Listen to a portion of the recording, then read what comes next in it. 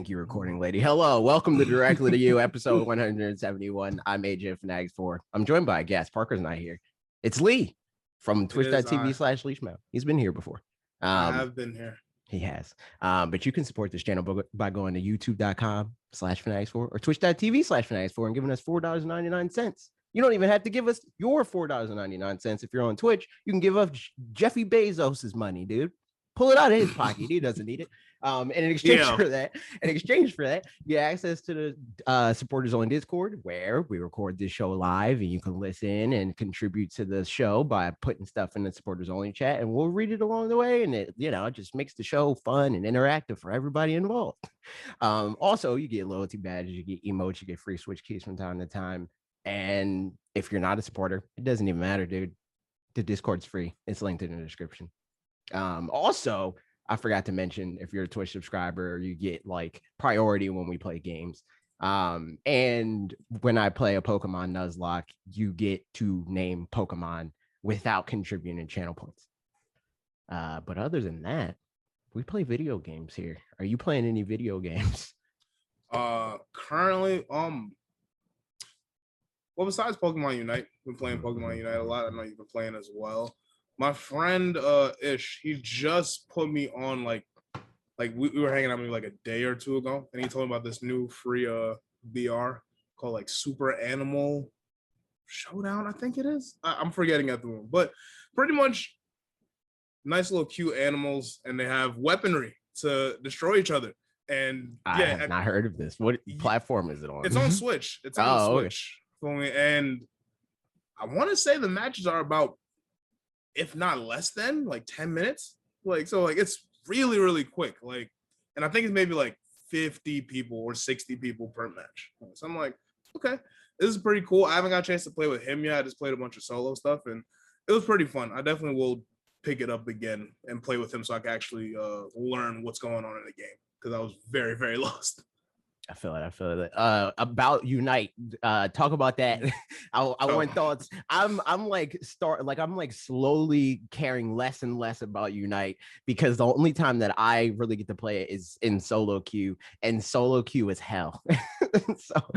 Solo queue can be rough, especially at the rank we're at.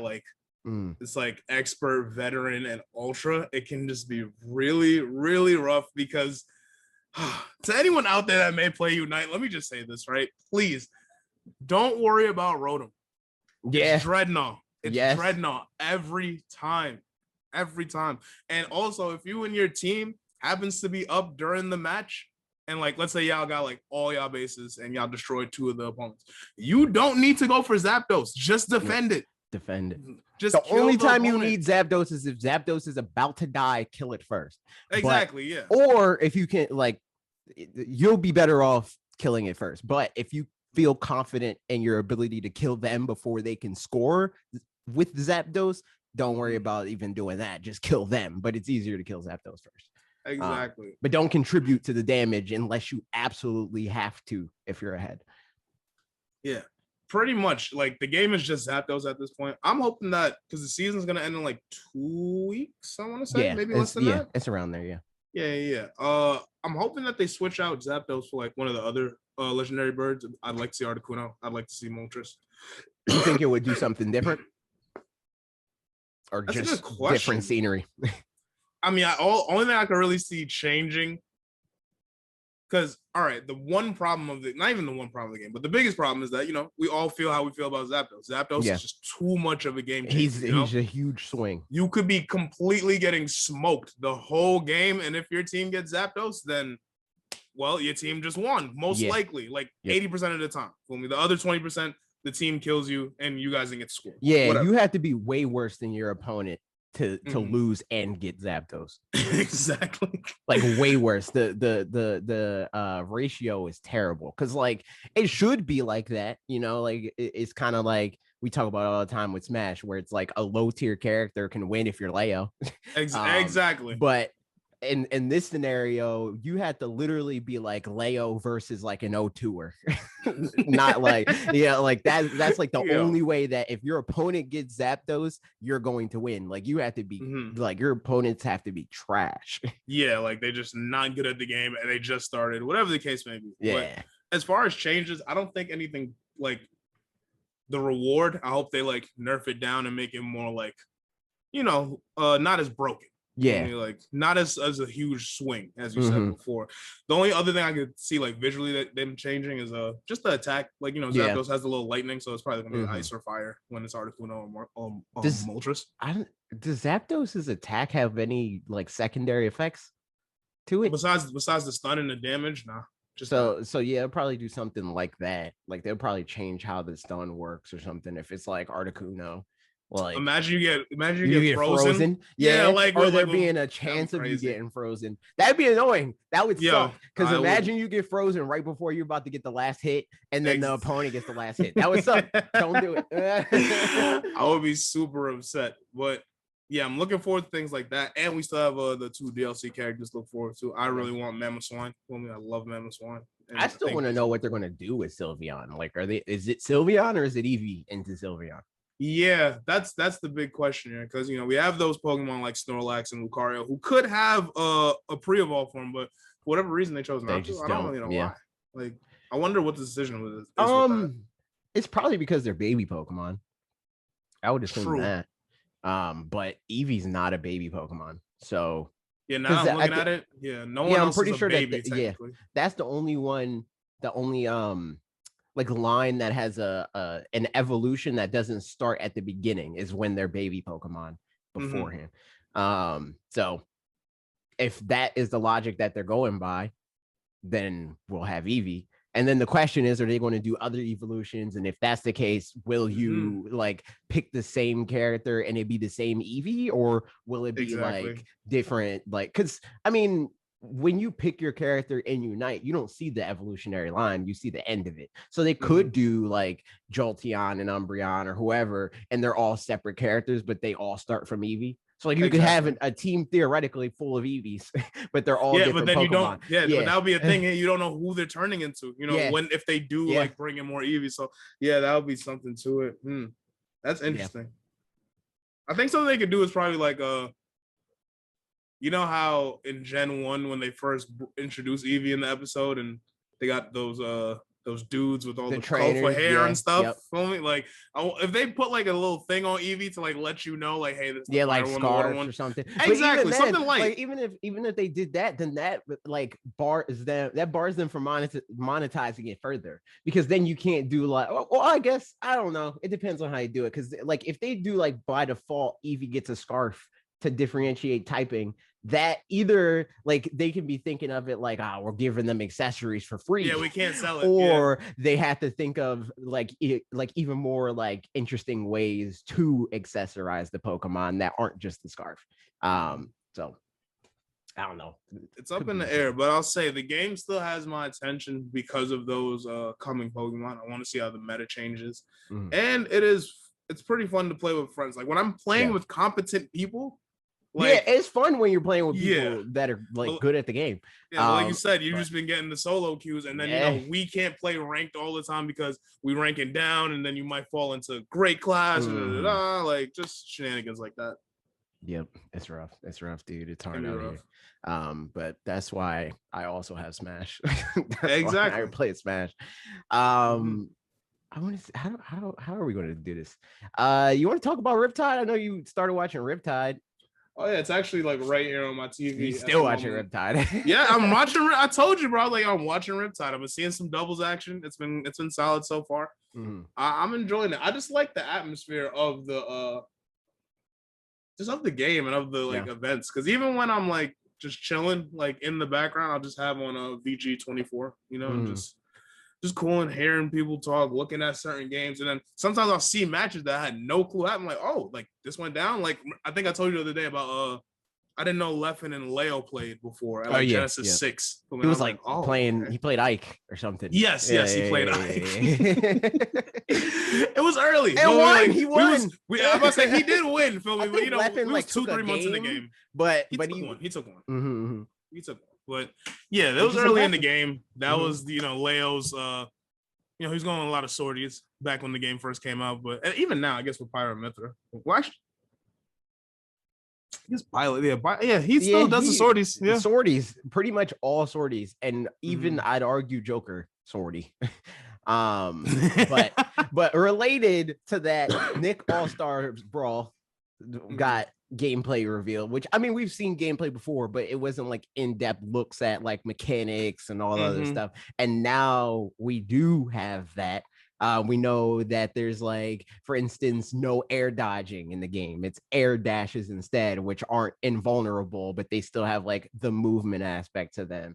Or we know stuff like how projectiles work, where projectiles are severely nerfed because you can reflect them just by hitting them back.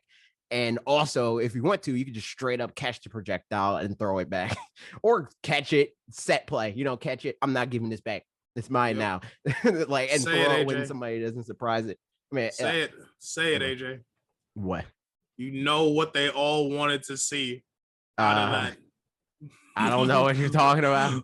Wave dashing. Oh yeah, the wave dashing, and like people are losing their minds because it's like they did the whole. Well, people are losing their minds just because they said the word waveland and waveland. And it's like if you can waveland, you can wave dash, and it's like I mean you can wave dash in Ultimate too, but it sucks. So like we just have to see like how useful it is for how many characters and all that stuff. But it does seem like wave dash, they're making stuff like that easier.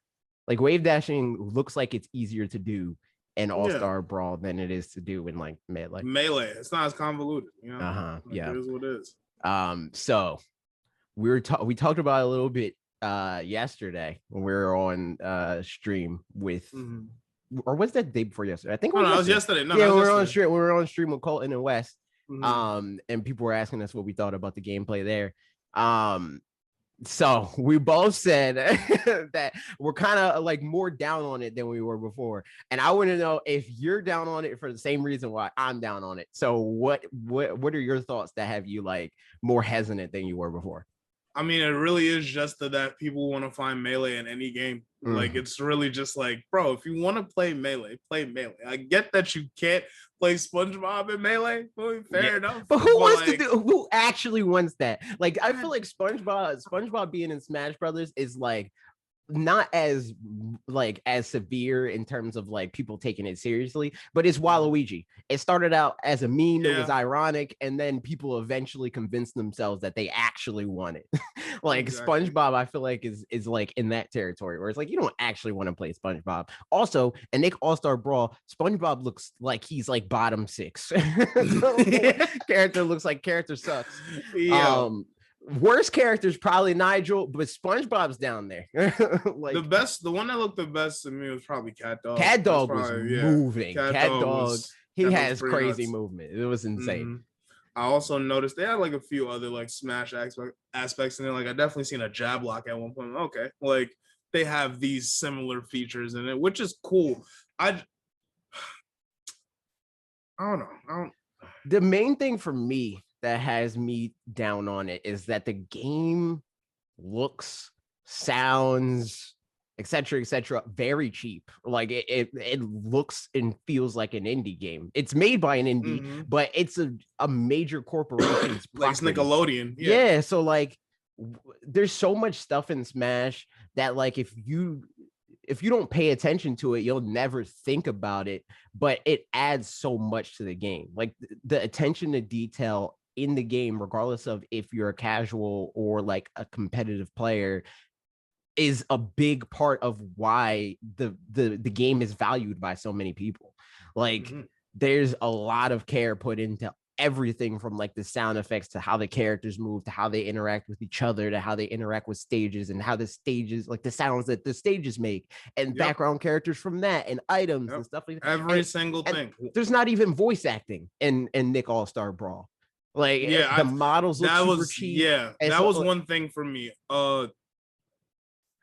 Without the voice acting, it takes a little bit away from like how these characters interact for me. Like it takes away from the personality. Yeah. You know? And like that's I guess I can't be too mad at it because like that's not really a thing in Smash, but I guess we've already had that with Smash with Subspace Emissary. You know what I'm saying? Like that is a perfect. You know what's crazy? I was watching it yesterday morning. I watched the whole thing. I watched the whole cutscenes because I hadn't seen it in a minute. And even without the characters saying a word, there's still mad life in these interactions and situations. But that's the thing. Like characters do say things in Smash. The characters that do say things, you know, like that characters. Oh yeah, there's characters that talk and emote and stuff, but they don't even do that in Nickelodeon. You don't even hear like a Link Kaya and Nick All Star Brawl. There's just like cartoon sound effects. Like there's almost sounds like Ed and Eddie sound effects. Yeah, like we don't have nothing like Roy's Star KO and Nick All Star Brawl or like Pit. I never learned how to read. You know, like there's so many. Exactly. There's so many details like that in Smash Ultimate that like on the whole, like it doesn't feel like there's like voice acting and stuff like because it's just part of the game. It's just there. But without it being there, something like big would be missing, I think. And this game is missing that. And that like doesn't really take away from like as much from competitive players because it still has the more like you know, like tech heavy stuff that like it could have like that's a lot the of tech. thing that's the thing that everyone was like, you know, geeked about because the people who are on like the team for this are the same people that made Slap City, and Slap City is a heavily inspired Melee situation for me, like, you know. So with that being the case, I definitely know that the people there, as far as on a competitive standpoint, and I'm definitely at this point in my life more of a competitive player than a casual for sure. But even then, it's like I just feel like not doing stuff like this kneecaps the game because you can't just win the competitive players over because first of all, you're not going to win all the competitive players over. This is either going to there's three possibilities with this game, two positive ones. And both of them are varying. It's either the negative of everybody gets tired of this game after 2 weeks and nobody plays it and it becomes a high profile indie game, you know, or the Melee players embrace it and they love the game, or the Ultimate players embrace it and they love the game and continue to play it. I don't see a combination of the two for a long amount of time. Like this is going to either appeal to broadly Ultimate players or broadly Melee players. Yeah, I don't see there being like, I'm sure there's a middle line, but like a middle margin, but I don't know how many people actually fall into that margin. I feel like at most it's going to be an Ultimate situation where you might have, you know, Mewtwo King and a Hungry Box that are like, I just like Smash, you know, I just want to play all the Smash games. But for the most part, even though like Melee players embraced Ultimate at first, they dropped it ultimately, you know, and I feel like dropped it and then just always have something. They always talking crazy. Unfortunate, and it's crazy because like more times than less, I don't really see Ultimate players bagging on Melee. Now, granted, I'm on the other end of that spectrum, so maybe I just don't see it. Not say that it doesn't exist, but I don't think that's like the end all be all because ultimately, Ultimate players come from older Smash games from 64, Melee, Brawl, Wii U. Now we're here at Ultimate. Clearly, we just like we like Smash games, period. I mean, like we all enjoyed the Smash games at some point. But yeah, it just always feels like people in the Melee community have a lot of bad things to say about Ultimate. I get it. Ultimate definitely is jank. Like we would know because we play it. Like we know how dumb the game can be, you know? Yeah, but stuff with Ultimate is stuff with literally every fighting game. Like everybody that says that, like, I feel like all fighting games have the same type of stuff that we're like, oh, that interaction was stupid, because it's not so much that the game didn't work, but it's that like their logic with the interaction was dumb, you know, like stuff with Ultimate, where like the Lucina up smash thing that I'm always complaining about. It's not actually dumb. Like it makes sense because they program that and it works that way every time. But to me, the logic of them programming the game was dumb. And that's different from like, this game's broken and it doesn't work and they didn't put any care into this or whatever, right? Like, if anything, like Melee, like we were talking about the Hungry Box iceberg thing, that video. There's a lot of that stuff is like, this game is held together by paper clips and bubble gum. Like like the game actually sucks. And people would just play it despite all of that. And yeah, like I was saying, like everybody that plays the game a lot is like going to like get into the intricacies and be like, oh, this specific like interaction that I see a lot because I play the game a lot is very dumb, but nobody else is going to see that. Nobody else is going to be like fighting Lucina and die to up smash on the side of her as often as I do, because they don't play the game with a Lucina that is going to exploit that, you know? Like Trev just said, when every stream we say, yo, this game's broken, this game is dumb. Yeah. Every single time. Yeah. And most of the time we're memeing. Like, well, I would say all the time we're memeing. Like, more than less. If we actually felt like that and the game wouldn't play it. Yeah, we wouldn't play the game. If we didn't have fun playing the game, we would not play the game. And that's the thing about it. Like, if you don't enjoy the game, that's fine. We just play Melee. The game that you like has a very active scene, even online at that. So, you know, you don't even got to go to your local and see all these people. They got Slippy, and Slippy works pretty solid. So, you know, I just wish at the end of the day, like we all like Smash. Play the game that you like, and like there's no need to like talk down to the other game. And I feel like the reason why Melee players feel the need to talk down the Smash is like the insecurity. Like, a little bit, because it's like one's being supported, the other one's not. Their game is like always getting like dinged with the like crazy stuff. Like they're the ones that got kicked from Evo. You know, like they're the ones that like the Melee scene definitely has a chip on their shoulder for sure. Yeah, for sure. Whereas Ultimate is like, even though Nintendo doesn't support Ultimate as much as we would want them to, they support it 1000% more than they do Melee. Exactly. So it's like, but going back to Nick All Stars, because it's supposed to come out like next month, right? Yeah. Yeah. See, I was because remember we were talking about yesterday when we were watching the PlayStation situation. It was like, yo, at least y'all have like all the games, damn near all the games that they announced. There's like, yo, this is far out. Like, yeah, 2022, like this game's coming out at either you don't get a year, it's coming out spring 2022. You know, like exactly stuff like that. So we can't even give this game the case of that. You know, as far as like getting a polish up, getting maybe some voice actor. Like this game is like ready to go. Oh yeah, like, it's absolutely not getting stuff like that. Like we might the visuals might look a little better and stuff like that, but we're not getting voice acting in the next like 4 weeks. Yeah, no, it's over for that. Like it's like I don't even know where a lot of those people are. And do we even have like a full confirmed roster yet? No, right? No. Yeah, so we don't even know who else is in the game. Mm-hmm. Yeah, besides what we've seen. Yep, and the characters on the box. So we know like Ren and Stimpy are in the game. We know like Korra and Aang are in the game, but we don't know really anybody else from there. Like it would be insane if they don't put Timmy Turner in the game. Like that's crazy. Like that's actually crazy if they don't put Timmy Turner in the game. Like Trev said, Angry Beavers. Like I think that would be cool, and I'd be down for that. But I wouldn't be shocked by that. I would be shocked if they don't put a Fairly Odd Parents character in this video game.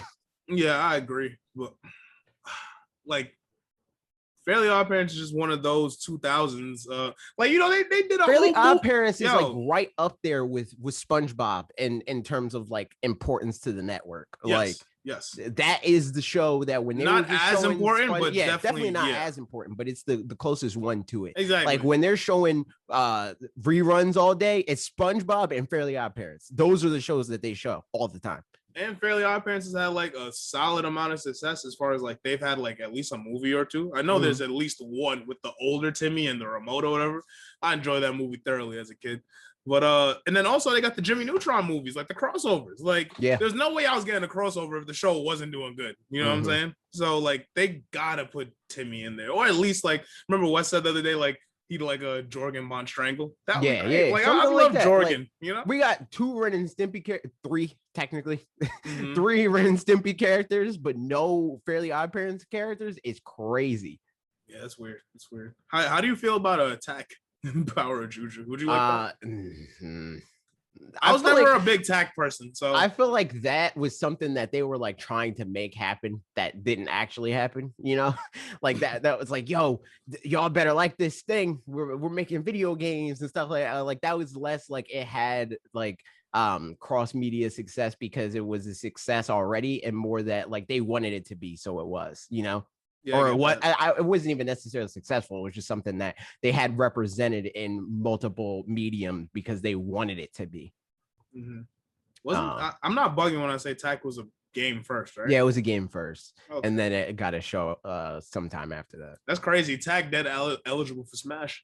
Oh, there's another character that there's like a lot of rumors are probably going to be in the game, and that's Garfield, because Viacom acquired Garfield and they're working on a new show for Garfield on Nickelodeon. And there was like a 3D model of Garfield that was like in the style of the game. It was like in a lineup with other characters and like T-poses.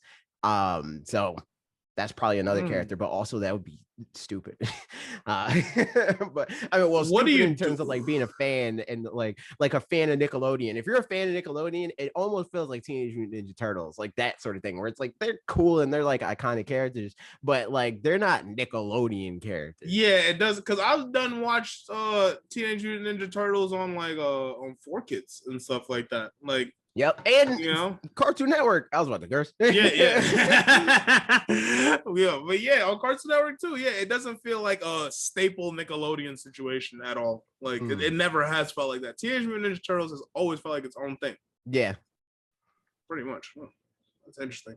But Garfield, I don't know how I feel about Garfield. Like, what do you?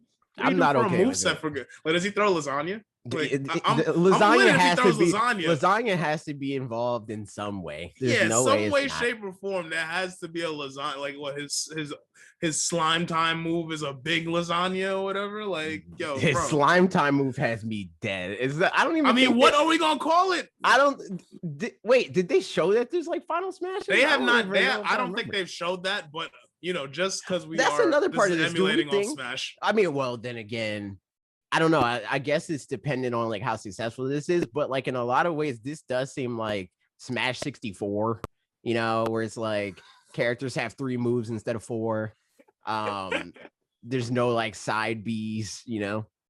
Yeah, you're not wrong. You know, it'd be crazy in like an off world or something. And I say an off world, but this could like really happen. Like maybe, but what if somewhere down the line in the future, if this game does really successful, they get a second installment, such and such, and the second installment is really good.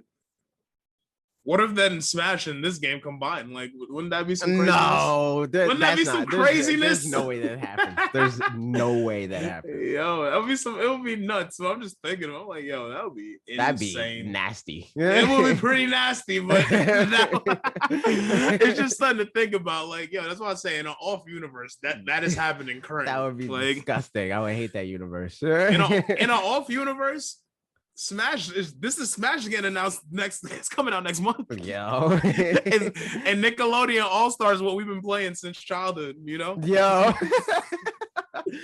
Yo, gross is what it is. But ultimately, we definitely gonna play the game. We're gonna stream that for sure. So, well, I guess we'll hold any other opinions to then. I think we got everything off pretty much. I did hit up. I got to send you the page for that too. I did hit them up for potential early cup. Oh yes, definitely. So I'll hit you up with the page for that, so that we can do that. Yeah, we can do that later.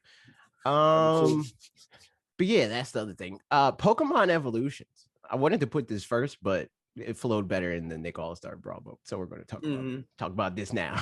Yeah, no problem. I don't know why I put Legends in here, but Evolutions is what we're talking about. Wait, hold on. Alex better be a Legend of the Hidden Temple stage. I totally agree. The Nick Jr. stuff, like, I don't know how they're going to hit. I think that this is just going to be like Nicktoons. Because people are like, yo, what about iCarly? Because iCarly is another one of their like super successful shows. And I'm like, I can't see them doing that. Like, I feel like this is like a Nicktoons only game. It probably is, but I mean, at least the stage, you know, like maybe the stage. I mean, like yeah, maybe make a Carly stage with her and Sam in the back, and Spencer's like, you know, maybe. But what would they look like? Like this game already look like, and that's another side. Like the stages look super cheap in this game too. Like, yeah, there's barely any life in these stages by a long shot. Mm-hmm. Like it's unfortunate, but I just want Olmec. Like, yo, show me music. There's so much about this game that seems so cheap, and it makes me sad. I just want to see the big Olmec head in the back, and Olmec is telling us like, "Yo, 2 stocks left." Oh, it's like Warioware. It's like the Warioware stage. He just brings out tasks. Yeah, like crazy challenges. Oh, I forgot to mention that I'm playing Warioware. Oh yeah, you are. Yeah. You literally. I mean. It's fresh. You just played it last night for the first time. For me, it's fresh, you know? Yeah. So we'll talk about Warioware and then we'll talk about Pokmon Evolution. Warioware. Okay. How do you feel about it? It's cool. I like it, but also I kind of don't. In the sense that like I like Warioware games and I've liked them a lot in the past, and they're usually like a staple of like in my rotation of games where it's like I'm not doing nothing. I don't feel like using my brain. I'll play Warioware. But like they changed the formula so that it's like character based, and I don't think I would like that if they did it again. Because it really just it feels like forcing me to play the game in a very specific way rather than just clearing the challenges of the game. And I get what they were like going for, where it's like twofold what the appeal of the game is supposed to be, where I was talking about this on stream yesterday. The game is like think fast, the video game. It's like do the thing. Like no time to really explain. Just do what I told you. Like I have 3 words max to tell you what to do. Do that. Get dog and just like yo. Yeah. And it like kind of does that twice over in this game, because it's like do the thing, but with this character, you know. So it's like, all right, how does this character do this thing? And there's a lot of mini games that like I hate doing them with a specific type of character. And some characters I still don't even know like how to even approach doing it with how what their move set is or lack thereof, you know. And it's like I still haven't like played all the mini games yet. And I just beat like the first part of the story mode. There's like still like an underground sort of situation. I'm playing the like other modes off stream, but I think I'm just going to do the story mode on stream. So we'll see how the secondary part of the rest of the story mode goes when I play it more. But so far it's what I thought it would be in terms of like it's a WarioWare game. It's a fun distraction, blah, blah, blah. But I wouldn't like it if it has implications for the future.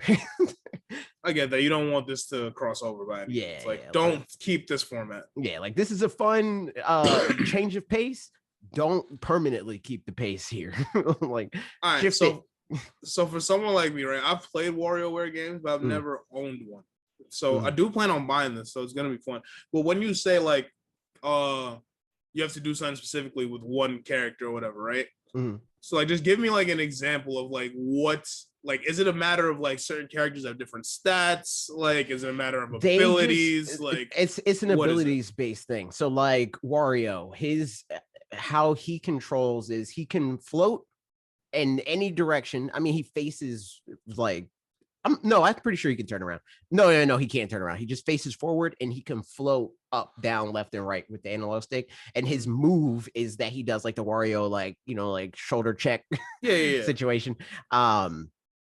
That's how he controls. And then there's like other characters like the scientist. I forgot. There's the scientist that controls like Brick Break, where it's I know what they all look like. I just don't know their names. Yeah. So I know some of their names, but the people that I don't like, I don't know their names by heart. And the scientist is one of them that I don't like, where it's like he can't he can't move, but he can like grab on and shoot he controls like Brick Break. So, you know, Brick Break, like so, except you can't move the thing out on the bottom to like shoot the ball up. He just sits in the middle and you use the analog stick to move left and right, and then you aim the reticle to either shoot something or like grab onto the grappling hooks that are in the air. And I hate it. It sucks. So like every like in the main story, how it operates is like, you know, I don't know if you've played any of the Warioware like story modes, or if you've just done like the mini games and stuff like that. I wouldn't know. Like, I don't think I've played the story mode. I would think what I've played is mini games. So the story mode is basically structured around like bosses, basically like they're levels that are centered around a specific character. And when you get to that character you pick. So this game, like you pick a roster dodgeball style where it's like, okay, this is the characters that you have available. For this, you need 3, or for this, you need 4, or for this, you need 5. So you have to go through the characters that you have unlocked and pick those characters, except for the main character of a specific level. You have to use them. So like the game starts out and it's like it's Wario and that's it. Like you just play Wario and then you go to the next thing and then it's Wario and then like one other character. And then once you unlock a certain amount, it's like, okay, you only need 2 characters. So it's like you can pick one of your characters and then you have to use the main character. And that is the part of it that's like can be annoying when you're like trying to play through the game. Because a lot of them are like that, where it's like, I'm stuck with this character for this entire level. I hate them. And you have to use that because like, so when you're playing through the story or whatever, it rotates through your roster of characters that you picked for this specific level, except for when you get to the boss stage where you have to use the main character. Yeah. Okay. So it's pretty annoying. It's like, y'all give me the facade of like, that I can like have a team that I decide to pick here and use them accordingly, but then I have to end up using this one in the end. It's like Squad Strike if you pick a random stage and both players have to pick a character from that stage. Like that's the best way I can describe it. That makes sense. If it's a Mario stage, like, yo, see, I got to pick someone in the Mario universe. Y'all can't pick any of these other 70 or 60 plus characters in that regard, which is, that's nuts. And I mean, I guess it could get better, like the more familiar I get with certain characters and like how they operate and stuff like that. Yeah, I was gonna say it's only been like what 2-3 hours, like you know, like, something like that. You probably put in like 3 because I streamed for like 2 and then I played probably like another hour today. We'll check back with you in like maybe 2-3 weeks. See how you feel about it. We shall see. All right, Pokmon Evolutions. Okay. Yes. We get to this now. So we've both watched this. Oh wait. No, I just want to see what Trev said. The game is mid. They ruined the game's replayability by not giving it online multi. Oh, it doesn't? Oh yeah, true. That's another part. So all right, back to Warioware. Jackson was streaming it and he was like playing with Bob. And I went in his chat and I was like, so because I saw that he was at his place and I was like, so are you gonna like walk to Bob's midstream or something? He's like, what are you talking about? He's like, this game has online multiplayer. And I'm like, no, it doesn't. I was like, yes, it does. I'm playing the game right now. I'm like, yo, this is what I do for money. I cover Nintendo games. I know it doesn't have online multiplayer. And then he was like, oh, it doesn't. So then he called Bob, and then Bob was like, oh, I guess not. You know, it's like, rip. So yeah, no, it doesn't have online multiplayer, and that's sad. Yeah, that's really annoying. Well, maybe they'll do the Mario Party thing. I was about to say maybe they'll update it. Yeah, maybe they'll but even then, whatever, man. Pokemon Evolution.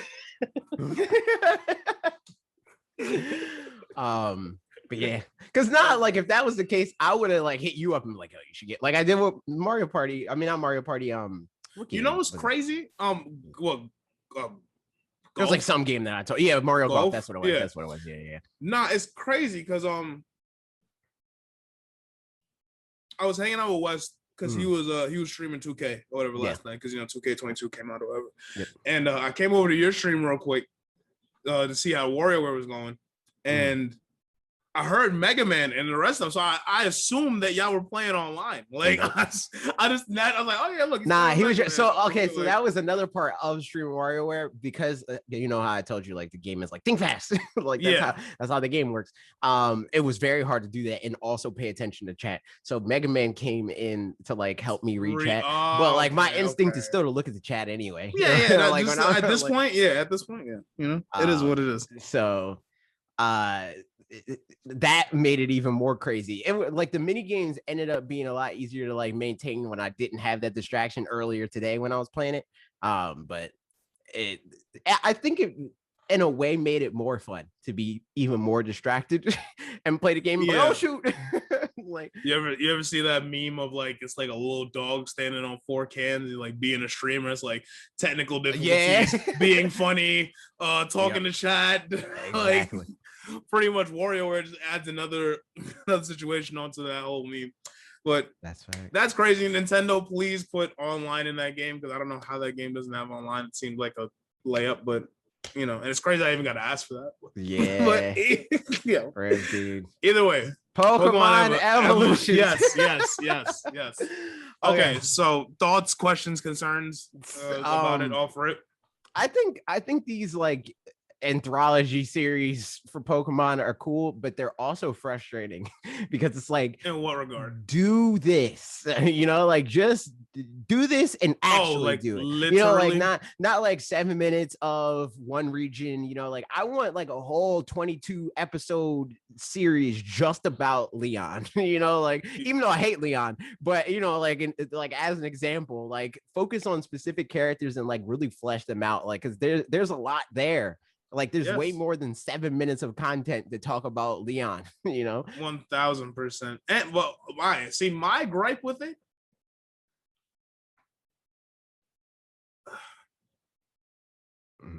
My gripe with it is we've seen this like twice already now. Yeah, like this whole Eternatus thing. Like I'm just like because they had what is the one called that they did with specifically the Galar? Yes, the Twilight Wings series. I'm like, yo, we already did this. Like I don't want to see Leon fight.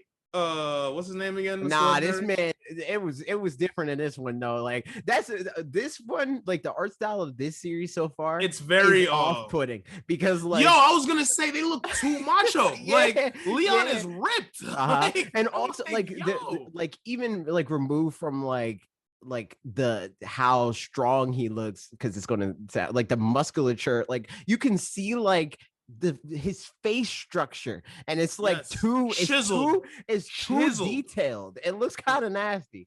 A little bit. I was looking, I'm like, yo, he looked a little too real. I got him almost looking like a JoJo character. Like, dude, like and like Charizard was a similar situation where it's like there was that part where like Leon was going through it. This man like clearly needs therapy, and Charizard came out the Pokeball and it looked like Charizard was getting ready to kill this man, and then he like put like his gave him a hug and put his yeah. I'm like, yo, is he going to eat him? It was definitely strange. The art style choice is like, I'm not in love with it by any means, but I don't hate it. They went too far in that direction. Like I feel like it's cool when they do so. Like Pokemon Origins has a good art style. Origins has a good art style.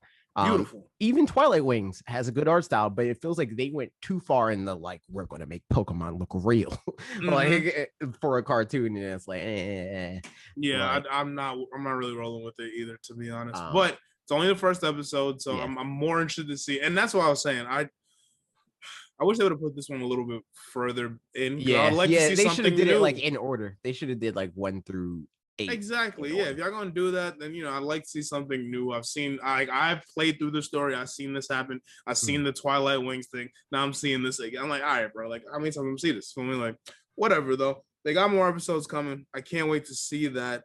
And I think as far as just like I like the emotion that they caught in this episode, right? Yeah. Really showing Leon going through it and questioning himself. Yeah. Like he's like, dang, I'm like the champion, but I couldn't even beat the Eternatus. I mean, and here comes this kid who just beat the Eternatus, who's about to probably smoke me. Yeah. Like, so that was fun. And also, I liked a lot of the little Easter eggs that were in it. Like, they had 2 Pikachus with like the girl and boy hat. For me, that was cool. For me, like in the stands, I was like, "Oh, that's nice." And then there was Bade with his Poltegeist, and his Poltegeist was drinking from a coffee cup. I hate that kid. I hate him. Why you hate Bade or Bede? Or I don't know how to say his name. Bede sucks. I hate Bede.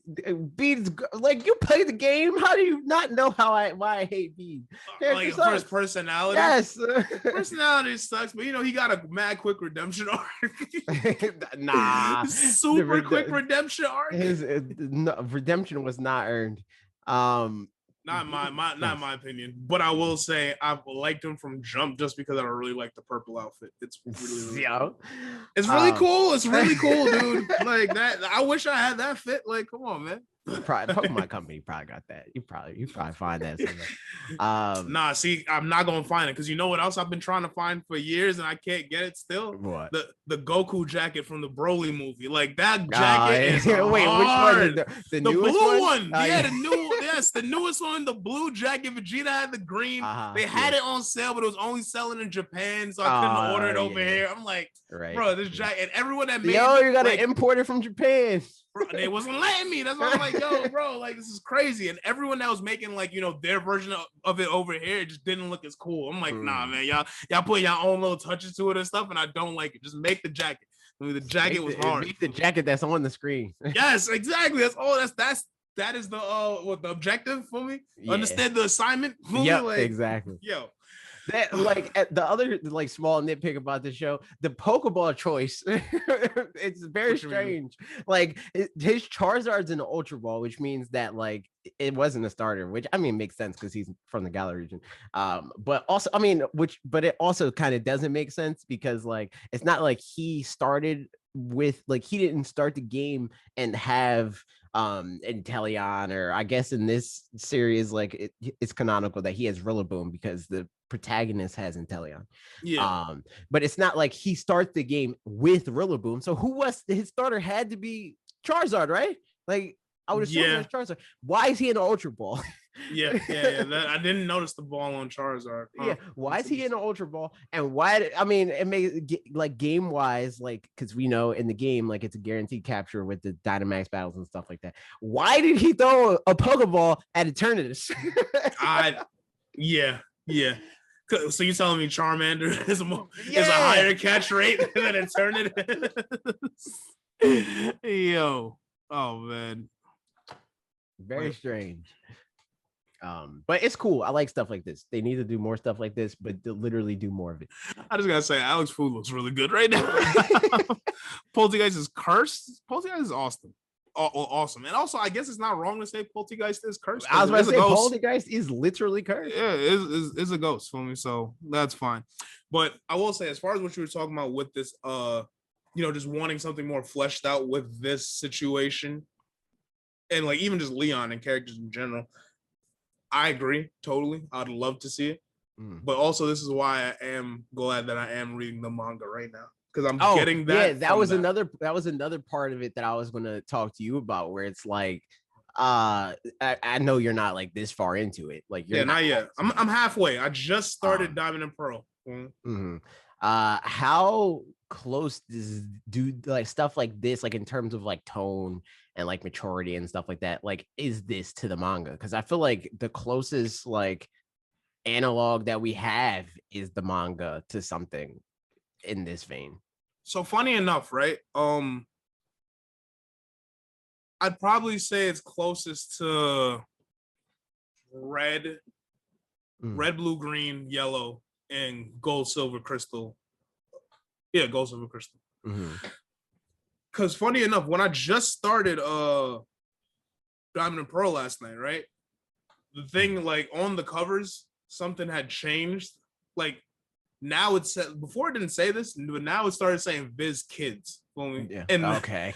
And then I also saw an art style shift. Granted, right, this is years ahead for me, but still, the art style shift went a little more cartoony for me. And even just the tone of things, like, yo, it's so weird. So, Barry and our protagonist for me.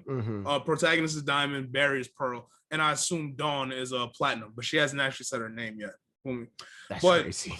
Yeah, nah, she's she's a rich girl. Like, she's loaded.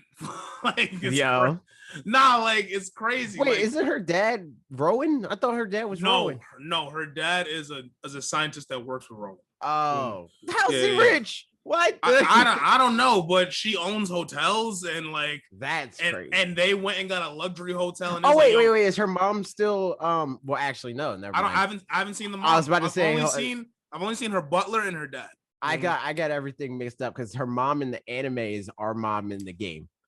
Like our mom in the game is yeah. the contest coordinator, and I was like, that would make sense. Like I could see her mom being rich if that was her mom, but that's not her contest mom. exactly. Or it shouldn't be her mom anyway. Yeah, maybe it is. I don't know yet, but could be. We'll see. But yeah, my whole thing was Diamond and Pearl have this like they have like a comedy routine. Like they want to be comics. And it's such a level like Diamond, you know, the protagonist that you play with, he is mad lax. He has a munch lax. He just likes Pearl? to eat. Pearl is Pearl Barry? Pearl's Barry, yes. Okay, Pearl so that Barry. makes sense for Barry. I feel like that makes sense for Barry. But and also it kind of makes sense. I talk about this a lot with like Bob and like his hometown friends, like you know, Greg and Jerry and stuff like that. Like they're like different degrees of the same person. I could see that. I could see like I can see like Pearl influencing Diamond and be like he's the goofball. I can see him wanting to be a comedian, and like since you're like Diamond's his friend, he goes along with it. So like that makes sense. That's exactly how it works. Yeah. That makes sense. He'd be slapping him up and everything, and I'm like, yo, this is crazy. but with Ruby and Sapphire, right? Even before that, with the beginning ones, right? Johto and Kanto, they felt like a lot more of an adult theme for me. A strong, even in like the manga, how they would draw them. And then with Ruby and Sapphire, there's even like the mature aspect of them liking each other. You know what I'm saying? So it's like, all right, clearly like we're opening up to like a bit of a broader audience to some degree and such and such, like, you know. But then like with Diamond and Pearl, it's kind of like moved back. And not say I don't like it, because I'm very early in. Like she's now about to battle Rourke. So yeah, like I'm still very, very early. Oh yeah, and Dawn is the one that will be doing the gym battles. Very interesting. I like it. But yeah, so I'm waiting to see. But oh yeah, I was gonna bring that up. Alex said, doesn't an Arbok get cut in half? That's in the first. Yes, that is in the first. That is in the first one. But let me tell y'all this, right? Arbok does get cut in half, but Arbok regenerates. You have to cut its head off for it to die. That's still crazy. It is crazy, but that just goes to show the adult theming that they were going with. But I feel like everyone just sees the Arbok get cut off and think like it dies there. It's like, no, that Arbok is Koga's Arbok, and that Arbok comes back at some point. And Gary's like, yo, I thought I killed that Arbok. And Koga's like, nah, bro, you ain't cut his head. You just cut it like its body. It grew, which is canonical. So Pokemon's Dragon Ball Z. Yeah. Calling it canonical with snakes is crazy. Is it not canonical? Real life interactions being canonical is crazy. It's canon, bro. Feel like it's canon that AJ doesn't like Ocarina of Time. It's canon. That's canon. That is canon to AJ. And see, he's just trying to get Trev mad right now. But... Absolutely. He knows I had to do it. True. But yeah, I would like them to finally take these things out of the show. Well, not out of the show, but out of the manga and get them into the show, like you're saying, because we only really get that with,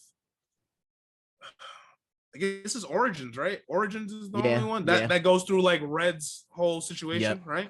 Yeah, Origins and like the first couple of episodes of Chronicles. I was just talking about this with Mega Man yesterday. Chronicles is the one that goes through all regions, right? Yeah, well, it's like it like jumps around. Chronicles, the one that goes through all regions is Generations. Which one's Chronicles then? Chronicles is an older thing. It's that was on like Cartoon Network. But the first 3 episodes are about Gold and Silver.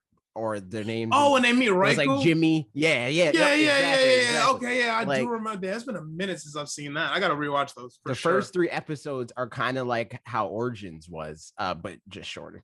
And that was a neat thing too, but you don't really get to see like the whole journey. It's like actually like a vertical slice of his life. Yeah, exactly. Whereas, even like Origins is like a summary of Red's journey. I was about to say, even then, yeah, because they don't even get into super detail in Origins, because like Red gets cool with Blaine. Like, you know what I'm saying? Like Red gets like an Aerodactyl. Yeah, like episode 1, he gets his first Pokemon, and the last episode he catches Mew. Like, yeah, exactly. It's very truncated. Yeah, there's so much to it, and as I've said before, and I've said on my Twitter, I really just like a lot of the interactions. Victory chance, even yes, though anyway. Yeah. If you find it, you find it. Make it a hunt. I feel like content creators making it too easy for y'all nowadays. Nah, that's like, crazy. Y'all gotta hunt for me. but yeah, just the interactions between gym leaders, between the past Pokédex holders and stuff like that. Like, all of it is really cool lore that I get that they couldn't fit into a Game Boy game or a DS game. They could have fit that into a Game Boy game. I'm not giving it wouldn't have been as cool, I think, for me, maybe. Like, I don't know. I don't know what the restrictions were for me, but it's whatever. I'm enjoying I think the restrictions is just that they think kids are too dumb. That's possible. That's possible. Yeah. And I think that's a bad justification because Pixar exists, like exactly. Great point. Yeah, exactly.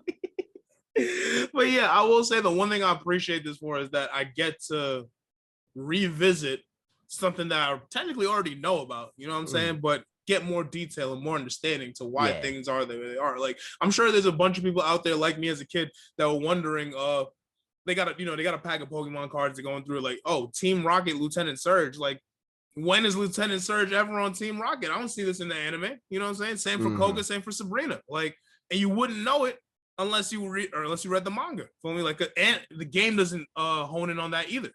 As far as like Fire Red or Original Red. So yeah. That's how I feel. Generations, I'm looking forward to. Wait, no. What's the one Evolutions? That's the new one's Evolution. Yo, they get me tight. But Evolutions, I'm looking forward to the new. Is it weekly? Do we know? They've released the dates. I don't know if it's weekly though. Hold on, let me see if I can pull it up. Do that. Let me read what's going on over here. Pokemon doesn't care. Hold on. The first 3 volumes of the collector's edition of the Pokemon manga, so it's red, blue, and yellow. They're very heavy and hard to hold as I read on it. Val, if you want, I can send you where I'm reading the manga currently. It won't be as hard as it on your hands because it'll be your phone. And but I will say I do want to collect the mangas now, like have the physicals, because some of the covers are really, really cool. I've been meaning to post them on Twitter, but I just haven't got actually done it yet. But a lot of the cover art is really, really cool. I thoroughly enjoy it. Pokemon Evolution's release date? I think every other week until December. Okay, True Fernie says. Okay. There we go. Episodes. Yeah, so December 9th, December 23rd, October 7th, October 21st, December 2nd, December 9th, December 16th, December 23rd. Sounds like just about every other week. Oh, and so they're going in the opposite direction that they should. So they're going backwards. They're starting with Gen 8 and they're going all the way back to Gen 1. That's a little annoying, but and they have all the titles too. So the first one was the Champion, the second one's the Eclipse, the third one's the Visionary, the fourth one's the Plan, the fifth one's the Rival, the sixth one's the Wish, the seventh one's the Show, and the eighth one's the Discovery. All right, so off rip, the last one's gonna be about Mew and Mewtwo. Yeah, probably. More than likely the Discovery. But, okay. Well, at least I have something to look forward to. I'm gonna enjoy these drops. They should be pretty good. I'm down. Also, sidebar, significantly longer. Yeah, same. Sidebar, just on like the Pokemon topic, did you happen to catch the Zaru trailer? They put out. Oh yeah. I saw that, and also I saw that they're giving out the. I was just about to say they're giving them out. Zarude in the game, the shiny Celebi, which means I'm going to have 2 shiny Celebis. Lit. Yes, to anyone that didn't know, so if you opt in to get in the Pokemon newsletter before September 25th, I believe, you'll get a code sent to you for Zarude, who is the new mythical Pokemon for Gen 8, and a shiny Celebi. Yeah, and I think it has like a scarf, has like a choice scarf or something. Zarude has choice scarf for me, and he has like choice scarf, special move, like like one of his, like a signature move of his, hammer arm, and like a few other cool moves. And then the Celebi has a few cool moves as well. I believe it has what's that water type move that heals you and your team? Aqua Ring. Not The Aqua team. Ring. Life Dude. Life Dude. Oh yeah, Life yeah, Dude. yeah, yeah. Okay, Yes. yeah. I don't know if Celebi can learn that prior to this. So some cool exclusive moves for me on it. So and it's shiny. So who wouldn't want a shiny Celebi, you know? It's true. It's true. So I anyone can't out confirm there, it's still having a shiny Celebi. I can't confirm. exactly. So yeah, anyone out there who is listening to this, make sure you sign up for the Pokemon newsletter. You'd have thought I was on their street team for me, but it's all right. I mean, it's worth it. It's definitely worth it to sign up to that because they usually give out cool stuff. Yeah, it's typically where they do on it there. So yeah, worth. Right, I was about to say, what are we tackling next? The Apple versus Epic situation. All right. Okay, so let me open up this. So we talked about this a while ago on the podcast when it first started happening because I think that it's nasty. I think that it's like, especially like how gamers at the time were like evangelizing behind Epic as if Epic isn't just a different version of nasty to what like Apple is doing, right? Where it's like they're trying to be like, we're the little guy, you know, like we're $1 billion company, Apple's $1 trillion company. And it's like, oh, woe is you, $1 billion company, you know? Like like the amount that I like feel bad for somebody in terms of even if there's the bigger guy, if you're a big guy, I don't care. So like you are $1 billion company, you make billions of dollars a year. They won. Yeah, they won, but they also lost. They won, but they also lost. So what happened is the verdict is basically Epic lost. They didn't get what they wanted Apple. So like Apple can still have them banned off the App Store, all the other stuff. And they have to pay Apple like $4 million with this, which is nothing. But Apple to them, but to me, shit. Yeah, I mean to Epic, that's literally nothing. Like they make that on they made that on the App Store in the first 3 seconds of their game. They made that just now. Like yeah, they just made as we talked about that. And they again, made $4 million. And again, there's another one. No, but like $4 million is literally nothing to them. Apple, I feel like they both lost, but Apple's what they lost in terms of like them having to like lessen their stranglehold on their marketplace, which is weird to me. Like it's very weird. It's like the bigger you get with the thing that you make to the point that your thing is like a necessity to society, and your thing becomes less and yet less your thing. So since Apple has like a monopoly on Apple's platform, Apple has to like lessen their grip on Apple's platform. So now third parties, instead of having to go through Apple for purchases, if they can build their own like way to take like in-app purchases and stuff like that, they can now use that and Apple can't stop them. So that's a big loss from Apple. Damn. Yeah, I just realized too in the future. Yeah, like what Trev is. Well, I didn't get to read what else Trev said, but just saying like everyone lost. Yeah, because now I can see the extra gotcha games like wilding on this type of thing. Like, dang, you hate to see it. $12.2 billion, $2 million to damages to account for time sold through it. Yeah. Okay. So yeah, I mean, still nothing. Chump change to them for sure. For me, like it's a little dent in the huge monument that they've built. Yeah. Also, just like read these companies, like in terms of like the amount of revenue they make a second. $12 million is like, whatever, dude. Like, all right, man. Only like, all right, damn. Unfortunately, our we can't get the staff lunch today, but we'll get them lunch tomorrow. That's all it is. Okay, wait, what's the second part? The second indirect through iOS version of Fortnite without paying the App Store 30% fee plus 30% of any revenue Epic collected from November 1st from the date in judgment. Yeah, okay, so like at the end of the day, Epic lost retroactively. They didn't get what they wanted, and they don't get a dub because they're not going to get the benefit off of the new policies, because Apple can just straight up tell them still like, no, you're not allowed here. But Apple will lose in the long run every other company because now they have to have better practices with their how they deal with outside revenue on the store. So it's like I'm still shocked they won. What the hell? Shocked at who won, Apple or Epic? Like Epic, like they lose but they win at the same time because like, all right, I feel like it's a loss for Epic. Like it's a win for Epic in terms of like what they. It's a petty win. That's what I'm super getting straightforward at. for Apple. Epic never had it. Yeah. No.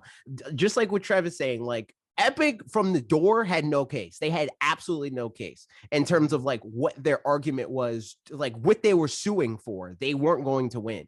The only like win here for Epic is like the publicity win, because they're saying what they're saying to the public is like, we're doing this for the little guy, we're doing this for the indies that aren't going to be able to like monetize their games and blah blah blah, when in reality they're doing it because they want that extra 30%, because extra 30% for a multi-billion-dollar company for a multi-billion-dollar franchise is a lot of money. Well, look, that's my thing. They're playing victim, and people will typically rally around the victim without looking at the whole situation. Right. But the thing is, even if people are on Epic's side, they can't do anything about that. The people aren't going to make Apple allow Epic to be back on the App Store, you know? So it's like they got the people won already, you know, like the little guy that people were like empathizing with and being like, yeah, man, that does, like, I don't care about Epic making billions more dollars, but what about the guy that made Flappy Bird? You know, like, like they like people like that one being rich still. People like that one, because in the future they're going to be able to make more money off of their product, but Epic's not getting anything off of that, you know? Where it's like at the end of the day, like they get the publicity win, they look good. But they're not going to make more money because of the new policies that are on the App Store. Unless for whatever reason, Apple's like, okay, yeah, you can come back on the App Store, which I doubt. But like all of that, just to not be back on the App Store. And that definitely was a very pivotal point of Fortnite's decline, because you lost like 60% of your base there. Like, if I want to say, if it wasn't 60, it was 40. Like that was from Apple products. So it was pretty significant. Yeah, it's a huge chunk for me, like compared to like the other platforms that you're on. So like that definitely played a part in this. So it's like, dang, y'all shot yourself in the foot for being greedy, honestly. Yeah, it just like their case, like the fact that they were making so much off of iOS made their case even weaker, because they're like, man, how are we going to prove that we don't need Apple when we need Apple? Exactly. like you know, hate to see it, but it is what it is. The rich just always trying to get richer. It's like, even if Apple lost every cent, every penny that they can make off the App Store in perpetuity, that is a fraction of the amount of money that they make overall. You know, like, because again, they take 30% off of these apps or whatever, and in some cases they take none. I think like in the entirety of the App Store existing, they made something like $15 billion or something like that. They make more than that in like gross income. I mean, not in profit, a quarter, you know, like, so the entire existence of the App Store is just 1/4 of their revenue for everything that they make. They could lose the App Store and it will be fine. In terms of like, they're not going to starve, they're not going bankrupt if they lose the App Store. These developers definitely need the App Store more than Apple does. 1000%. So, or at least the revenue from it, because like the App Store does help them sell their products. You know, like it is like a big plus for getting an Apple device and being like, I have access to all these, you know, apps and stuff like that. But it's not as big to their revenue as it is to these companies. Exactly. But yeah, that case happened. Good. Everybody lost except for us. We got the dub. We take the dub there? That's crazy. We got the dub. Real quick, I just want to say, Trev, I can't say what I want to say right now, but I see your flannel. I see your flannel. Next thing, Pikmin 4. Are you a fan of any Pikmin game? Fan of Myron. Oh yeah, true. You are a fan of Myron. You do like Myron. No, I wouldn't even say I'm a. You know what? No, I'll say I'm a light fan of Myron, because I don't really care to. For context, people that aren't fans of Smash, Myron is like the current best All-Star player. Yeah, he's we take it because the Buzz is, yeah, the Buzz don't know who he's playing, and also he's like, I think the Buzz might fall out of top 10. Exactly. But anyway, yeah, he's a Smash Bros player, and he plays Olimar. That's the joke there. Yes, that is the only joke. But yeah, Myron is, like I was gonna say, it sounds messed up to say, but I don't really care to see him like prosper. That is insane. I'm not invested in his prosperity, like as far as like a competitor. In life as a human being, prosper, fine. But in the game, I don't really care to see you prosper in particular. I have a lot of other people that I'm rooting for over Myron. For me, like easy for free. So Pikmin 4. Anyway, yeah. Pikmin 4 has been like rumored since Pikmin, or not even rumored. Miyamoto straight up said, "Yo, we're working on Pikmin 4," and then in 2017, it was like, "Yo, Pikmin 4 is straight up done." And then people were like, "All right, well, where's it at?" Apparently it's still happening, but it was rebooted in 2019. So who knows when it's coming out? Yeah, I'm reading this. I'm like, what? Yeah. This resurfaced when YouTuber Chugga Conroy jokingly was like, "Happy 6th anniversary to Pikmin 4." That was like supposed to be out, but it's not. And then like a bunch of like known like industry insiders like Emily Rogers, NDW player and stuff like that. They chimed in and were like, "Yo, this game is still happening." It's still a thing. COVID. Yeah, nah, for sure. But I definitely can't be mad at people for poking fun at that. Feel me? Like, I had them on the back burner for a little while. As far as me, I have only ever played the Pikmin 3 demo, which was enjoyable. Like I played it on the Wii U. It was cool. Never decided to buy the game for real, but I've never been mad at Pikmin. It kind of just seemed like a puzzle solving kind of game. It's almost. It's a real-time strategy, like platforming sort of situation. I like it. It's cool. Well, I like Pikmin 3. I played Pikmin 3. I have that on Wii U and also on Switch. It's on Switch? Yeah, they released it on Switch. It's Pikmin 3 Deluxe on Switch. It's a cool game. I like it. I haven't played the first two, but Pikmin 3 is cool, and I'm down to play Pikmin 4. I'm not like chomping at the bit to play it, and like this is like a rare instance of like Nintendo doing the Sony thing, but like Nintendo didn't even really do it. It was Miyamoto, and Miyamoto can do what he wants, Yeah, like, exactly. Miyamoto just said offhandedly in an interview, like, "Yeah, man, Pikmin 4 is done." That wasn't like they didn't get up on the E3 stage and be like, "Pikmin 4, it wasn't on a CG trailer." It wasn't on the Nintendo Direct or anything. Like, and they've never even made like any hints towards that even being a thing. So I can't be mad at Nintendo as like a company for that. They face palmed as soon as they saw that. They're like, "This man, come on, why'd you do that, bro?" Man.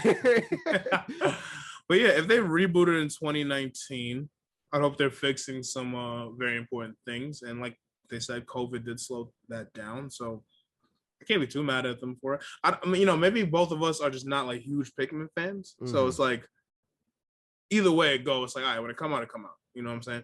But I'm sure there's someone out there that's like, "Man, y'all been shafted us since like 2015.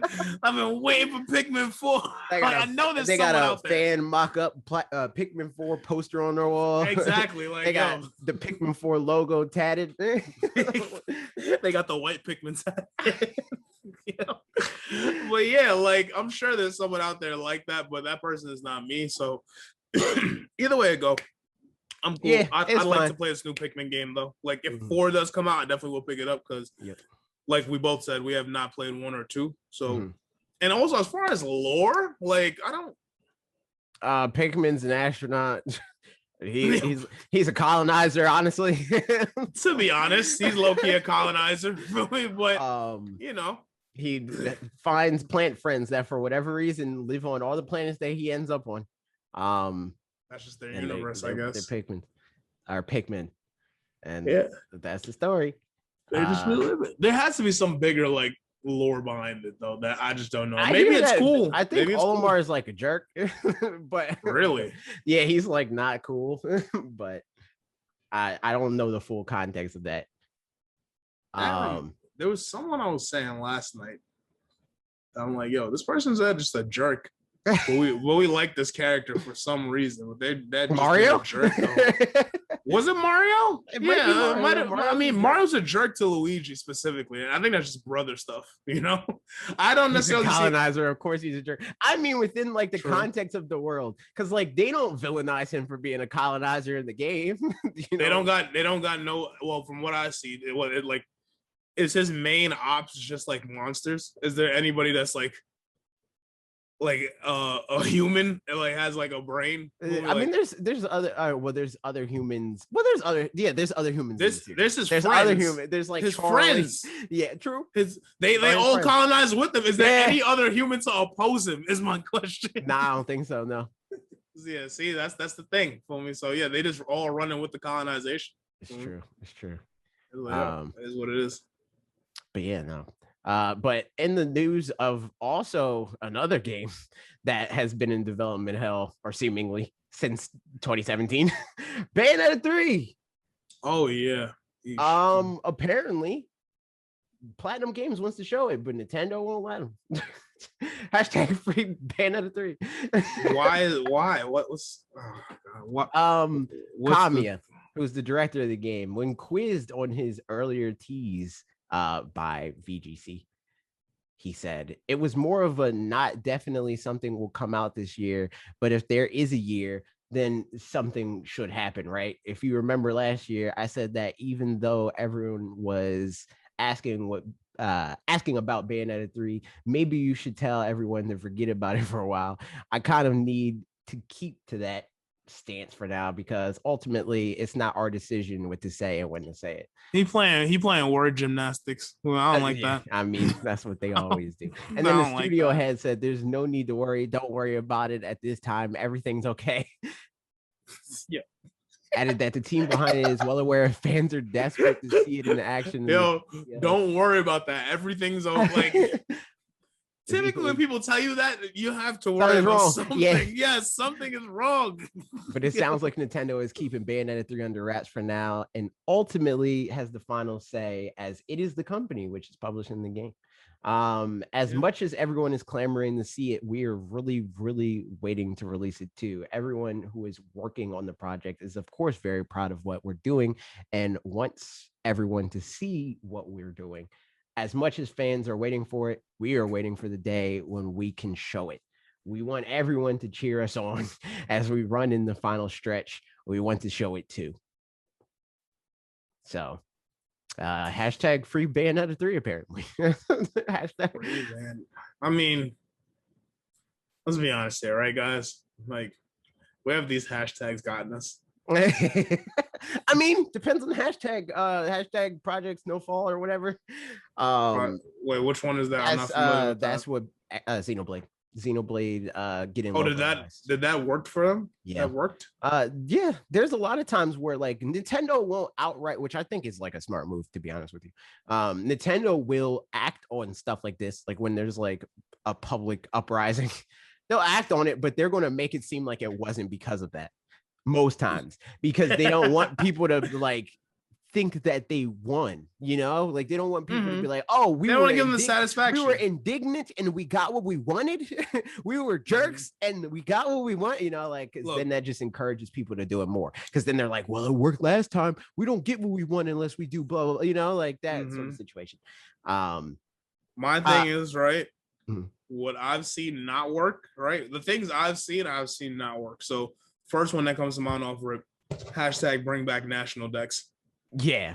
Like y'all screamed for that OD and they already had it planned, but y'all were just being babies and couldn't wait. For me, like it was ridiculous for me. But that's I get it. Yeah, we didn't have the foresight of it yet, but it was like we're in this generation. Like there was no way we wasn't getting DLC. Like I never saw Sword and Shield and was like, yeah, nah, this game's not getting DLC. Like it was like 2019. Like, dude, like, come on. But I would argue that wasn't necessarily a situation of it not working, but more of it being a situation that like the hashtag was a non-issue, because Pokemon Sword and Shield was no different from any transition. Like they always have like when we went from Game Boy to Game Boy Advance or whatever. There was no way to take those Pokemon and put them on your Game Boy Advance. So you were capped at a certain amount of Pokemon. And then they made the remakes, and then they made, to fix that. Yeah, but exactly. even then, there's still Pokemon that you can't get because of events, because of trading. Right. Like there's no singular Pokemon game where you can catch every single Pokemon without an outside help of some sort. Exactly. But most people don't know that.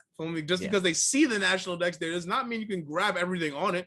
It's just there to show you, like, hey, there are a bunch of Pokemon. This is just, and the irony is, like, post DLC, this is like one of, if not the Pokemon with the biggest like available Pokemon within the game, like without needing outside sources. You can catch, I think, over 600 Pokemon just with the game and the DLC. You know, and the reason why we're not gonna get that, like all of them, because they're about to do these remakes right here that are gonna fill out the rest. Like, but there's that hashtag. We've seen the free melee hashtag, and that's not going anywhere. This is my thing. It's just like, it's like I think hashtags work in the sense that like they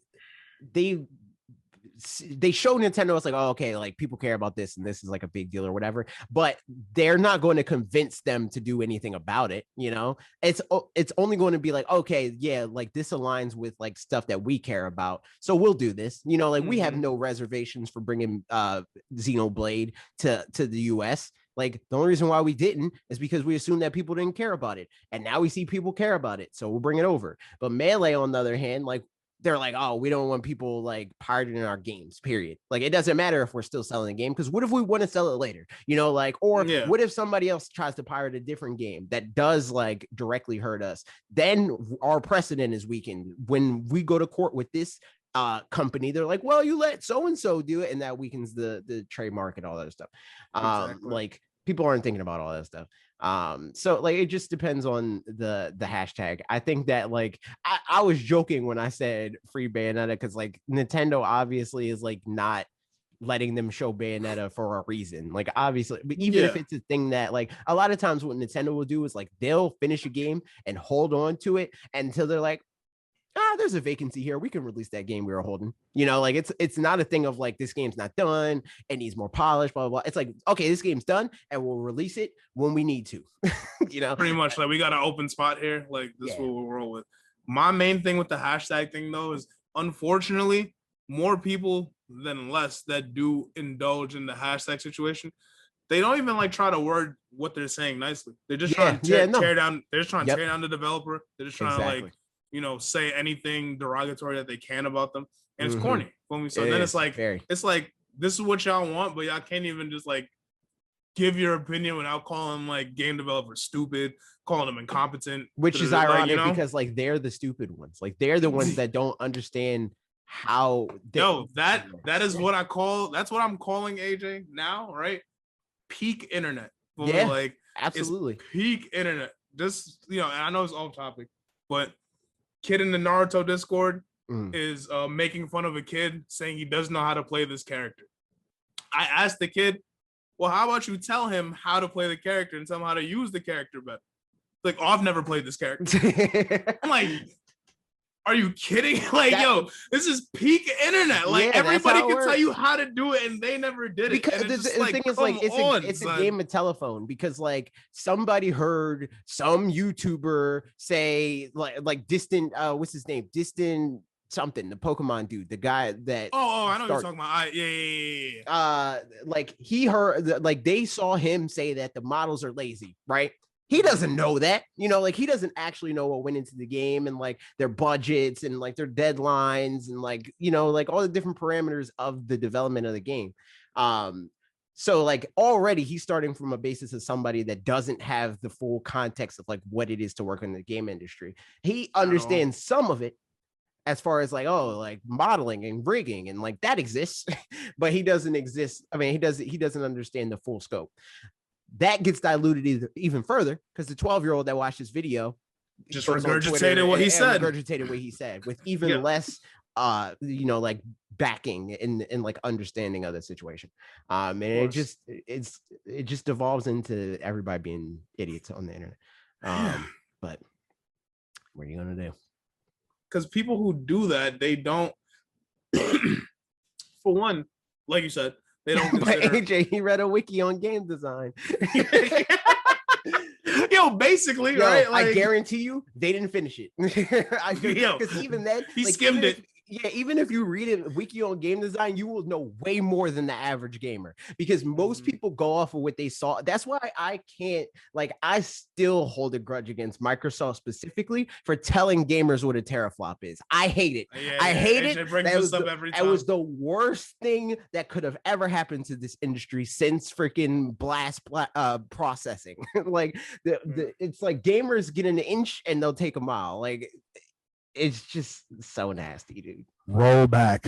Yes, that's another example of that. It's like, oh my Nobody knows how netcodes work, but everyone can only play games with rollback now. And the fact that they call it netcode, and this is like another example of that too, where it's like netcode now is a thing because it became a thing amongst uneducated people. So they're like, we might as well call it that. It's kind of like how literally both means literally and figuratively.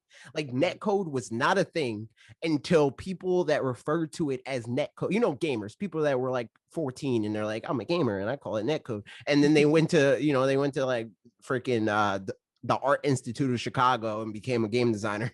And now it became an industry term,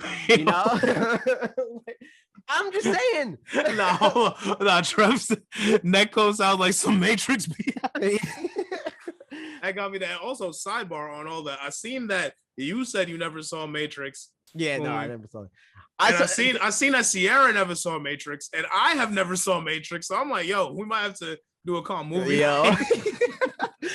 I saw all, and I was dying because it's like I saw all these tweets of like mostly from Colton of people being like, yo, he was like, how come like all the women in my life never saw Matrix? And I'm like, yo, I never saw Matrix. And then like everybody was replying, well, most of the people that were replying to my tweet were women. And I was like, oh, I was like, all right, well, I guess I'm in that camp. Because like, I just haven't seen anything really. I don't watch movies. Y'all got me messed up. Yeah, I know I've seen Matrix be on in my childhood. I never have sat down and cognitively watched the Matrix. I've seen scenes, I saw freaking red pill, blue pill. I saw Neo like freaking do the whole come on, come on, I saw man, Michael that's Jackson a classic. Scene. Him doing the Michael Jackson music video thing. Yeah. Watch the first one and then stop. Just watch the first one and I'm dead. Okay. Look, so everyone tells us just watch the first one and just be done with it. Well, I understand everything for that because the whole reason why this conversation is up is because the new one, the new one. So like, I understand the new one. And the thing is like this assumes that I'm going to watch the fourth one. So like I had no interest in this movie until, and I wouldn't even say until, I still don't. But the conversation, once that got brought up, I was like, I've never seen this movie.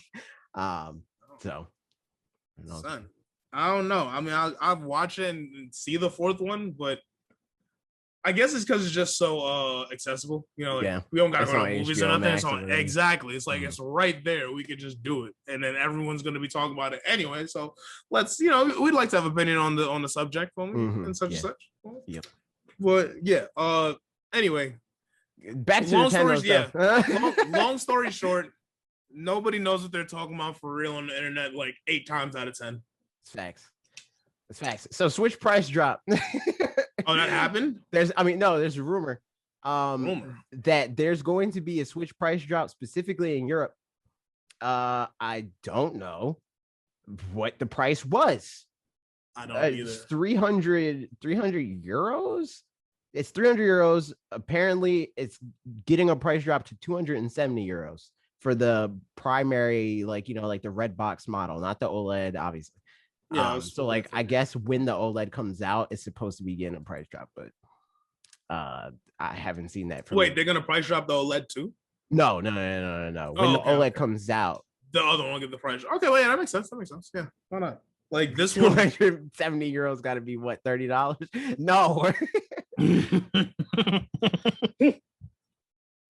If I'm not mistaken, more than the US dollar. I was about to say, I think they're up on us right now. There was a point we were up on them, but that fluctuates. I don't know what that fluctuates because of, but I think they're up on us currently, maybe by like a little bit. a little bit. Yo, the phrasing being up on us is crazy. They up on us. Like if they come here to shop, they getting more for their buck than if we go out there to shop. It's true, like it's true. So yeah, they up on us. I mean, like it is what it is. Like where my parents are from, in Trinidad, like the Trinidad general, like $1 is 6 Trinidadian TT. Yeah. So $10 is $60. So it's like, yeah, like we up Y'all be shopping. Y'all be shopping. It's like things are a little bit like, a little cheaper possibly in the islands. So, it all depends. And I believe that conversion is even crazier in Jamaica. I think like $1 is like $100 something. Whoa. Yeah. Jamaica's conversion is crazy. They'd be like bread be like $500. Yo, bro. It's wild, but from how we live and think about it, when you think about it like that, but that's mad regular to someone else. When we like, it's essentially the same thing. So regardless. There's other like new stuff that I didn't really want to talk about, but we can mention it real quick. The Nintendo and Lego group unveil a $170 Mario 64 block. And it's like a playset situation. I'll link it. I was about to say, is this I didn't see that in the run of show. No. I'm just pulling up more stuff that crossed my timeline. Mm-hmm. Yeah, I'm gonna put it in our DM thread. Let me see. But wow. which is weird because like Mario 64 doesn't even have the question block. Like that's not a thing. What? So that's the thing. I didn't mess with the Mario Legos at all. I don't think that I will get these either. I debated it, but then I was like, that was like right before my youngest niece was gonna be born. I'm like, yo, I'm not buying Legos and there's a freaking infant. Like, true. That's I will say this is pretty cool. It looks cool, but it does. I like how true the Bob-omb world is. Like, I just see the whole layout. I'm like, damn, they did a really good job with that. But yeah, is this something I'd actually get? I'm not. I'm good on that. Yeah. But to be fair, I'm just like not a Lego person, so it really doesn't. That too. Yeah. I never really been into Legos, so it's not for me. But anyway,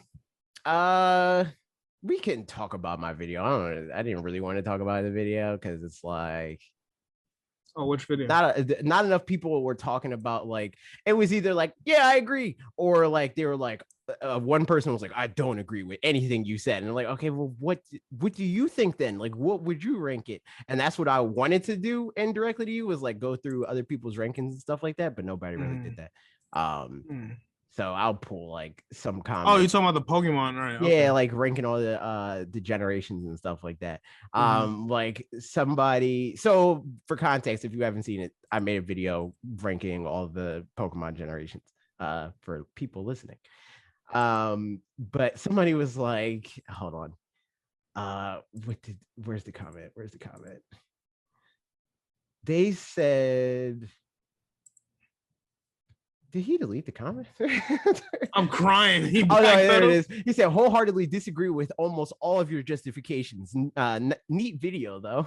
And I'm like, I'm crying. I'm like, all right, well, why? Like that. There's a lot of justifications there. So like, do you think every game that I think is good, it's bad, and vice versa? Like, I don't know. It didn't make a lot of sense to me. But yeah. So like, I went through and I ranked all the video games from 1 to 25. Because it's the 25th anniversary. And apparently that confused some people. People were like, wait, isn't there only 8 generations? I'm like, no, it's 25th anniversary, 1 to 25 points. Yeah. I'm dead. I can see how that could be a little confusing, but also people don't read. So yeah, people don't read. That's true. Gen 1 got a 14 out of 25 because Gen 1 aged like milk. Gen 2 got a 17 because Gen 2 also kind of aged like milk, but it aged better than Gen 1. 19 for Gen 3, because I mean, decent game, pretty good. Gen 4 got a 22, which in retrospect, I'm kind of surprised by, because like Diamond and Pearl and Platinum, I'm kind of mid on. I don't really like the pacing of those games, but like they aged pretty well. And Heart Gold Soul Silver, I think, is still in contention for best Pokemon game. Gen 5 got 19 out of 20. Why do y'all like Bare Bones Kanto so much? Yeah, it's not even just the fact that, like, if the whole game was just Kanto, that would be one thing, but it's both things combined. Anyway, barely. What does that even mean? Anyway, 6th gen got 17 out of 25. It lost a lot of points because it didn't really do anything beyond X and Y. Like, it didn't do like the definitive edition video game, and that's usually when you get like the full game, like when the game actually has like a real post game and so on and so forth. But they just straight up skipped it this generation. And Oraz was okay, I guess, but it's not even. I would argue Gen 3 is better for playing through Hoenn, other than like the visual stuff and like the like quality of life improvement. Why would you say that in particular? Mechanically? Because it just had more. Like this game didn't have like the Battle Frontier True. Contest. I feel like they kind of nerfed a little bit in terms of like how it feels to play them. Like it feels like they try to strip more and more away from contests, except for visually, because obviously game's 3D now and like more technologically advanced. 7th gen got a 16 out of 25 because they took a lot of swings in terms of like trying to like make the game like improve, you know, the game on a mechanical level and all that stuff, and they tried a new thing, but the new thing kind of fell flat. Also it missed for not getting a remake and all that stuff. Also like the pacing of the game's kind of bad, and like the replayability sucks for these games, and it's very obvious when playing through Ultra Sun and Ultra Moon because of like the hand-holdy situation. Like it's like so annoying to play through the game again, because even the first time playing the game being like, yo, go here, you're not going here, you know, like it's like I don't know. Yo, you gotta go here, bro. And then 8th gen got 18 out of 25. And it got most of its points. Like its highest category is extras, because there's so much that is technically 8th gen. Like we have Sword, Shield, the DLC, Brilliant Diamond, Shining Pearl, and Arceus all in this generation, and we could still potentially be seeing more.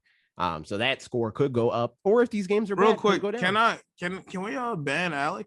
What do you do? Put Gen 4 at the second worst point. Like, yeah, wait, what's that worse? Gen 1. Okay, well, that's to say it's Gen 1 then Gen 4 is nuts. No, that's crazy. It's nuts. Whatever, man. Like I said, y'all enjoy y'all bare bones Kanto so much. Gen 7 being the best is crazy to me. I think Ian likes Gen 7 a lot too. I don't know why. I can't tell why. I just want to say Gen 4, as far as the story, yeah, y'all got it. The pacing is very bad. Fair enough. But terrible. Everything else that Gen 4 brings, I feel like it outweighs that by a ton. Like what? That's not me challenging you. That's me actually. Okay, I know. I know you not in particular, but in my opinion, right? Really like the little and they're bringing it back too in the remakes, but the little customizations you could do to Pokeballs, that was really fun. Yeah, enjoyed that for me. The underground was fun for me too, for me with friends in school. I thoroughly enjoyed that. I enjoyed the Pokemon of Sinnoh, and then also the Pokemon from older gens that got evolutions in Sinnoh. That's where we definitely differ, because I don't like I don't like the like kaiju aesthetic. Like you know how like people, you said this before. Okay, people that like bring up like Gen 6, where they're like, oh, Mega Evolution is really turning into Digimon. The Pokemon from Gen 4 look like Digimon. Like there's so many Pokemon in that generation that they did like their aesthetic is like over designed, and like Pokemon's whole thing, and pretty much every other generation, is to be like minimalistic with their design. Like they want to be like iconic, like in the literal sense of like they're stampable. Like if you put the silhouette of this Pokemon, you would immediately know what the Pokemon is, and there's nothing that complicates its silhouette to make it, you know, like excessive in any way. But there's a lot of Pokemon in this generation that their silhouettes are just bad. Like Tangrowth has the worst silhouette in the video game. It's a ball of of vines. Like what you want? Like come on. Tangela, on the other hand, has a very recognizable silhouette because of how they're like composed and stuff. Like Tangrowth, it's small. Yeah. It's small, dude. No. And it's a Gen 1 for me. Like Like exactly, but that's what I mean. Like Gen 1 is like a that's where Gen 1 got, because Gen 1 would be like very low if it wasn't for the overall like design of the game. Like every Pokemon in Gen 1 is iconic. Everyone. But that's the thing. You can't just fault Tangrowth specifically for just. It's not just Tangrowth. But not in this case, right? You can't fault Tangrowth for not being born first. Like, oh my god! No, but that's what it is. No, that's not what it is. That's not. I'm talking about what it is. No, it's not. Like I'm talking as somebody that went to school for graphic design. I mean, like literally, Tangrowth is not stampable. Like it doesn't have anything to do with like how much love I have for the character. Because I brought up in the video, and like I feel like I talk about this all the time. I'm not like a nostalgic person in terms of like the media that I like, or why I like the media, or how I talk about it. It has nothing to do with like the fond memories I have for Gen 1 or anything like that. It's looking at the Pokemon and seeing what their silhouette looks like and gauging how iconic that is, like from a design standpoint. Like how well designed is this Pokemon visually? Yeah, I mean, I think Tangrowth is pretty solid. It's a bigger version of Tangela. It evolves. That's what's supposed to happen. Nah. Delayed, Electivire, Magmortar, Gliscor, Togekiss, Roserade. These are all Mamoswine. These are all very great designs in my opinion, and really good Pokemon outside of that. That's just how I feel. Feel me? Clearly others feel different, like Alex. Does it still have shoes? Yeah, no. There's a lot of Pokemon. Does it still have shoes? Let me see. I don't know if Tangrowth has shoes. Yeah, I see. Actually, what is this? Like, did its shoes like combine into its body? I'm like, they kind of look like little like stumps, like kind of like tree stumps, but like, you know, you're walking on it. Let me see. Tangela.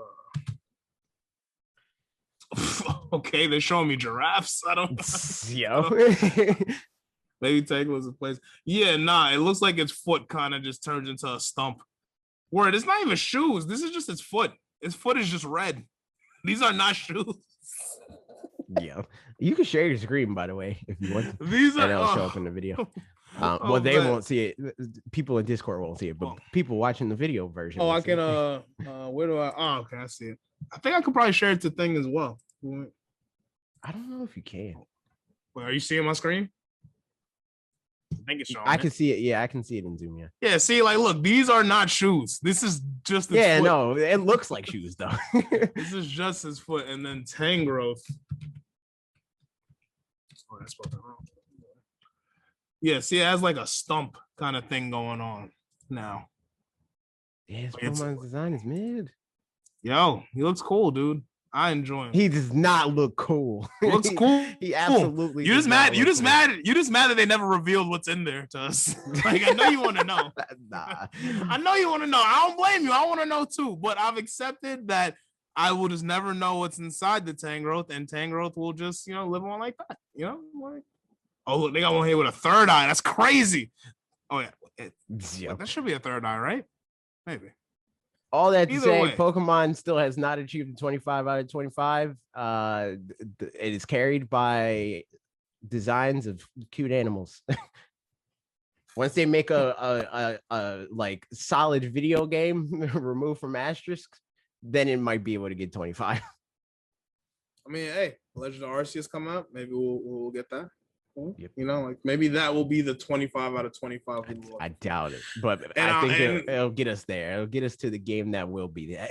And also, all the people talking down on Gen 4 for me, I better not catch y'all on Diamond and Pearl remake. Yeah, never. This is for sixth grade Lee. Like, I'm talking down on Gen 4, and I gave Gen 4 the highest score out of everything on there. Gen 4 is not perfect. Yes, Gen 4 has 22. No, I don't think it's perfect by any means. But like I said, it's my favorite for the Pokemon. I really, because we hadn't seen something like that really, like as far as them giving additional evolutions to older Pokemon. Yeah. Like, you know, technically you could kind of say with Togepi, but Togepi isn't a Gen 1 Pokemon. We just see Togepi in Gen 1. And the same for like a few other mons in of that kind of situation. But yeah, I don't know. I really like them going back. And the same thing, I like you know, Galarian forms, Alolan forms, Hisuian forms. Like I like when they will do that. That's what I was gonna say. I think that every generation since then has done it in a way that was less sloppy. Because the thing about Pokemon designs and what usually makes them like solid is that they're based in something, not necessarily them being based in being the shadow of something else. Like you were saying before, it was like, yo, Tangrowth looks like that because it evolved from Tangela, but that's not how Pokemon are usually designed. They're usually like, all right, what base do we want to start from? We'll start from a dog. Okay, what type is the dog? All right, it's that type. Okay, so what does that mean? Like, what does that do to his biology, and what would that look like? You know, they didn't really do those steps with those Pokemon. They just said like, okay, but what's next? What would look like it grew up from this thing? Yo, but but that's how it is with certain Pokemon. But then you gotta know we have the tongue Pokemon, so clearly there is room to be creative here. For me, and yeah, just but do whatever you want. Yeah, but that's what I mean. Like when they made Lickitung, they did that. They took those steps, but they didn't just say, okay, we got to make another one of these. That's why Licky Licky is worse than Lickitung. Licky Licky looks awesome. For me, Lickitung had to grow up. For me, he was a kid and then he turned into an adult. Okay. But the region variants, on the other hand, they go back to that. They go back to that drawing board and they're like, okay, what would this environment do to this Pokemon's base? Tell me you can see Lickitung with a briefcase. No. Now tell me you can't see Licky Licky with a briefcase. No. I see Licky Licky with a briefcase, man. He's grown up for me. He's somebody's free lawyer for me. Like, you know what I'm saying? Like, whenever somebody need it, he's just there for me. Like, I can see him. Like, he's an adult now, dude. Like, it just feels like they're like, oh man, who can we add extra evolutions to? These Pokemon. All right, how do we make them evolve? We do this, you know, like it wasn't actually based in anything that it wasn't a need. It was just like, it definitely wasn't a need, but I enjoyed it. So I'll agree with you there. They didn't need to do that, but the region variants feel more like needs to me than additional evolutions like that. And even mega evolutions, I feel like are a lot closer to them like answering a need than them just being like, shoot, we want more Pokemon. But I'll say this, I was talking to someone about the other day. The only thing I'll say that is like the downside of Mega Evolution, well, just how like, you couldn't really stop it. Like, it's like, yo, this mon is gonna Mega Evolve and you have to deal with it. You can't knock, and I am going to die. Like, yeah, like you just have to eat this no matter what. I do wish there was some more kind of counterplay towards stopping that person from Mega Evolving, whether it been a move or like just something, you know. But either way, for me, we can agree to disagree as far as the designs. I think they're really cool. You guys think they're a little meh for me, but it's what it is for me. We're still gonna play Dominant Pro together. So it's true. Q&A. Time. Everybody here that's listening, you can ask questions whenever, but we're going to go through the ones that we already have from Twitter and Discord. Parker, I don't know who that is. Some dude named Parker. Some weirdo. Some guy named Parker. He said, how tall is the tallest person you've ever met? I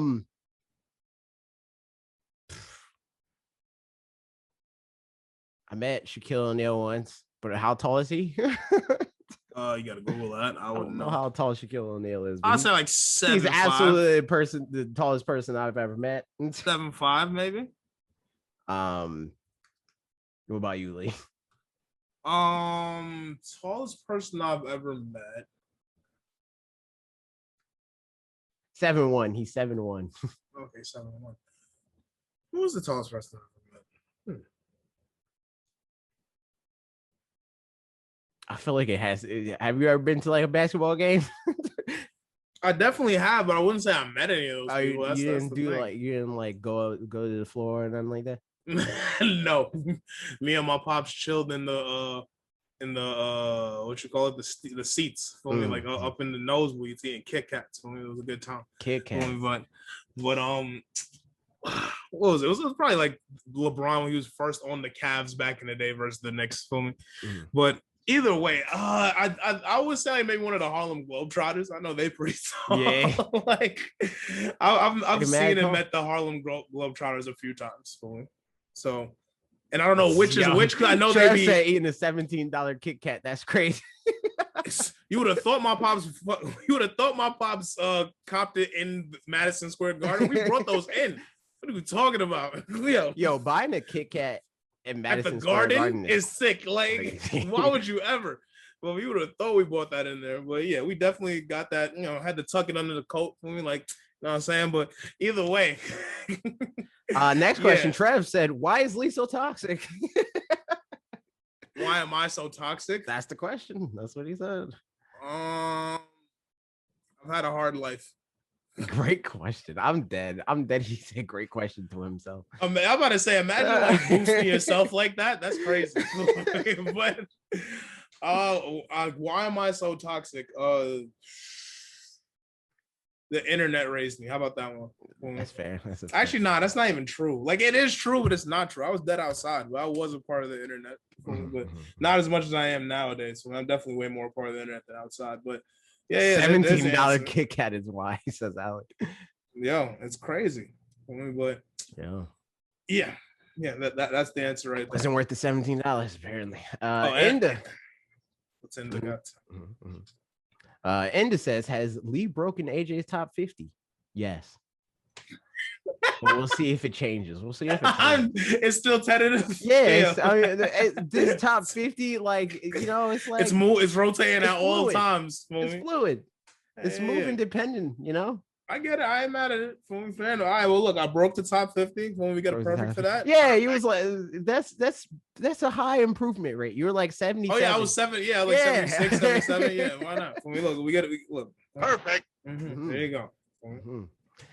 More less seriously, will Insomniac gadgetify Wolverine, and do you think we'll get to play? Okay, so first question, do we think that they'll gadgetify Wolverine?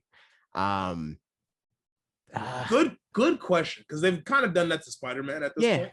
I mean, that's what Insomniac does. I feel like they made Ratchet and Clank. That's a very like gadgets and gizmos. And they also did Sunset Overdrive, which is very similar to that. Spider-Man is gadgeted out.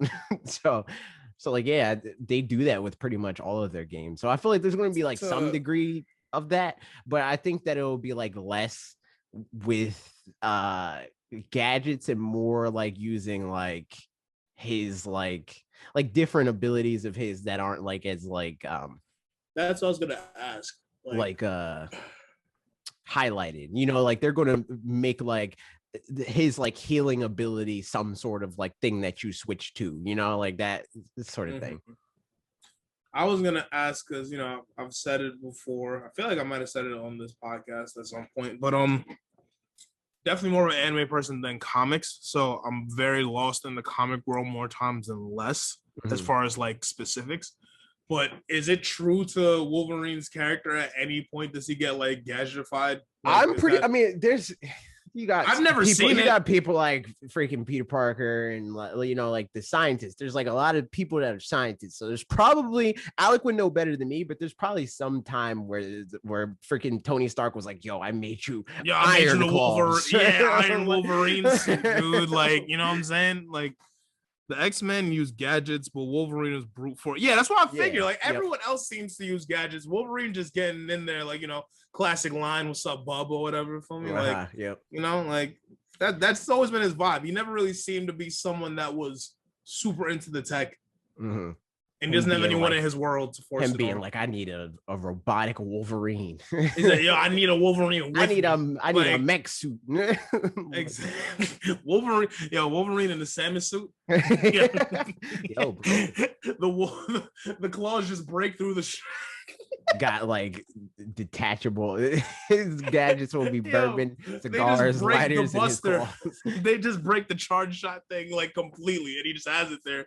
And whatever, man. All right, Alec is currently typing. He's currently typing. So while Alec types, we'll move to Spider-Man and we'll circle back to the Wolverine. I was about to say, wasn't there like a second part of Enda's question? Yeah. They said, and do you think we'll get to play Peter and Miles in Spider-Man 2? Absolutely. The only question that I have is if it will be co-op. I'm not right there. I'm not positive that it will be co-op, but we know like you're going to be able to play as both of them. No, we're definitely going to be able to play as both. No. I'm talking about for co-op. Right, we hope that there's going to be co-op, right? But because me, AJ, West, and Coles, we were watching the PlayStation showcase yesterday, and yeah, that was the first thing. We were just like, yo, this has to be co-op. And then I didn't know, they brought it to my attention that apparently the last Guardian of the Galaxy game is not co-op. Yeah, the one that's coming out, not the last. Oh yeah. I'm sorry. Yeah, so the one that's coming out, it's not co-op because the last Crystal Dynamics game, which was Avengers, has a heavy focus on co-op, and people didn't really like it. Yeah, or not that right? It's not necessarily like the game, not that people didn't like that it was co-op, but people didn't like the game. So it feels like the conclusion that they came to was like, man, people don't like co-op. Yeah, which is crazy, as I said yesterday, because Marvel has been doing these Marvel Alliance games for mad long, and people clearly like that if y'all keep making Marvel Alliance games. So it's not a matter of people not liking co-op. We just didn't like the structure of the game. Yeah, make a game that's good and then make that co-op. Exactly. It being co-op is not like a strong enough selling point to keep people on board if the game is bad. Mm-hmm. Alec came back with the Wolverine thing. He is not a gadget dude, but his power level and the state of his claws have changed. Claws went bone to adamantium, the superheated adamantium for a bit. Yeah, so I feel like that's what they're going to do. Like it's going to be his innate claw abilities are going to not even necessarily change, but level up, I don't know if you can go maybe it'll go from adamantium to heated adamantium for a super special or something like that, but maybe it starts as bone and then it goes to adamantium from there, just give him the Green Goblin glider for me and we cool. That's all I need, man. And make him run like an anime character, kind of how Martha and Lucina run. Give him that run. Give him the Naruto run. The Martha Lucina run. For some reason, their legs just be out. Yo, he's gonna have a Naruto run. They be out. He's gonna have his claws. Yeah, with the claws, yeah, for sure. That's free. Yep. That's free. Yeah, free. Okay, sheesh. Rise said, "Who are you planning on playing in Nick All Star Brawl? Just from the trailers you have seen." So based on the trailers, nobody. I mean, Cat Dog looks broken, but I don't really want to play Cat Dog. Plus, that's Juice Main. I just want to play Cat Dog. Apparently, I'm dead. That's what she said. Okay, well, I didn't know she landed on a main. Nice. Yeah, she said she's playing Cat Dog. I'm either going to play Danny Phantom or one of the Avatar characters, Korra or Aang. It depends on which one is either better or that I am better with. Based on the characters that we have so far, that's probably one of the characters. Now, if they put freaking I forgot the character that I even wanted at this point. There was another character that I specifically wanted, but I don't remember who it was. So we're sticking with those three. Now you're going to be Timmy Turner and Ice Cap. As far as characters I want to play, there's really not a huge list to be very honest. Nobody sticks out to you right now. Let me He's gonna be a Leo main. He's gonna play Leo. Leonardo. Yeah, Leonardo. I'm crying, no. I'm not gonna be a Leonardo main. I'd say Sandy sounds cool. Leonardo's not Lucina. He's Link. Yes, exactly. But yeah, Sandy seems cool. I would really like another I'm gonna forget it. I'm forgetting the show. I'd like another Avatar rep. And we talked about this as far as DLC and whatnot, maybe Azula or Zuko or something like that. For me, that'd be really nice.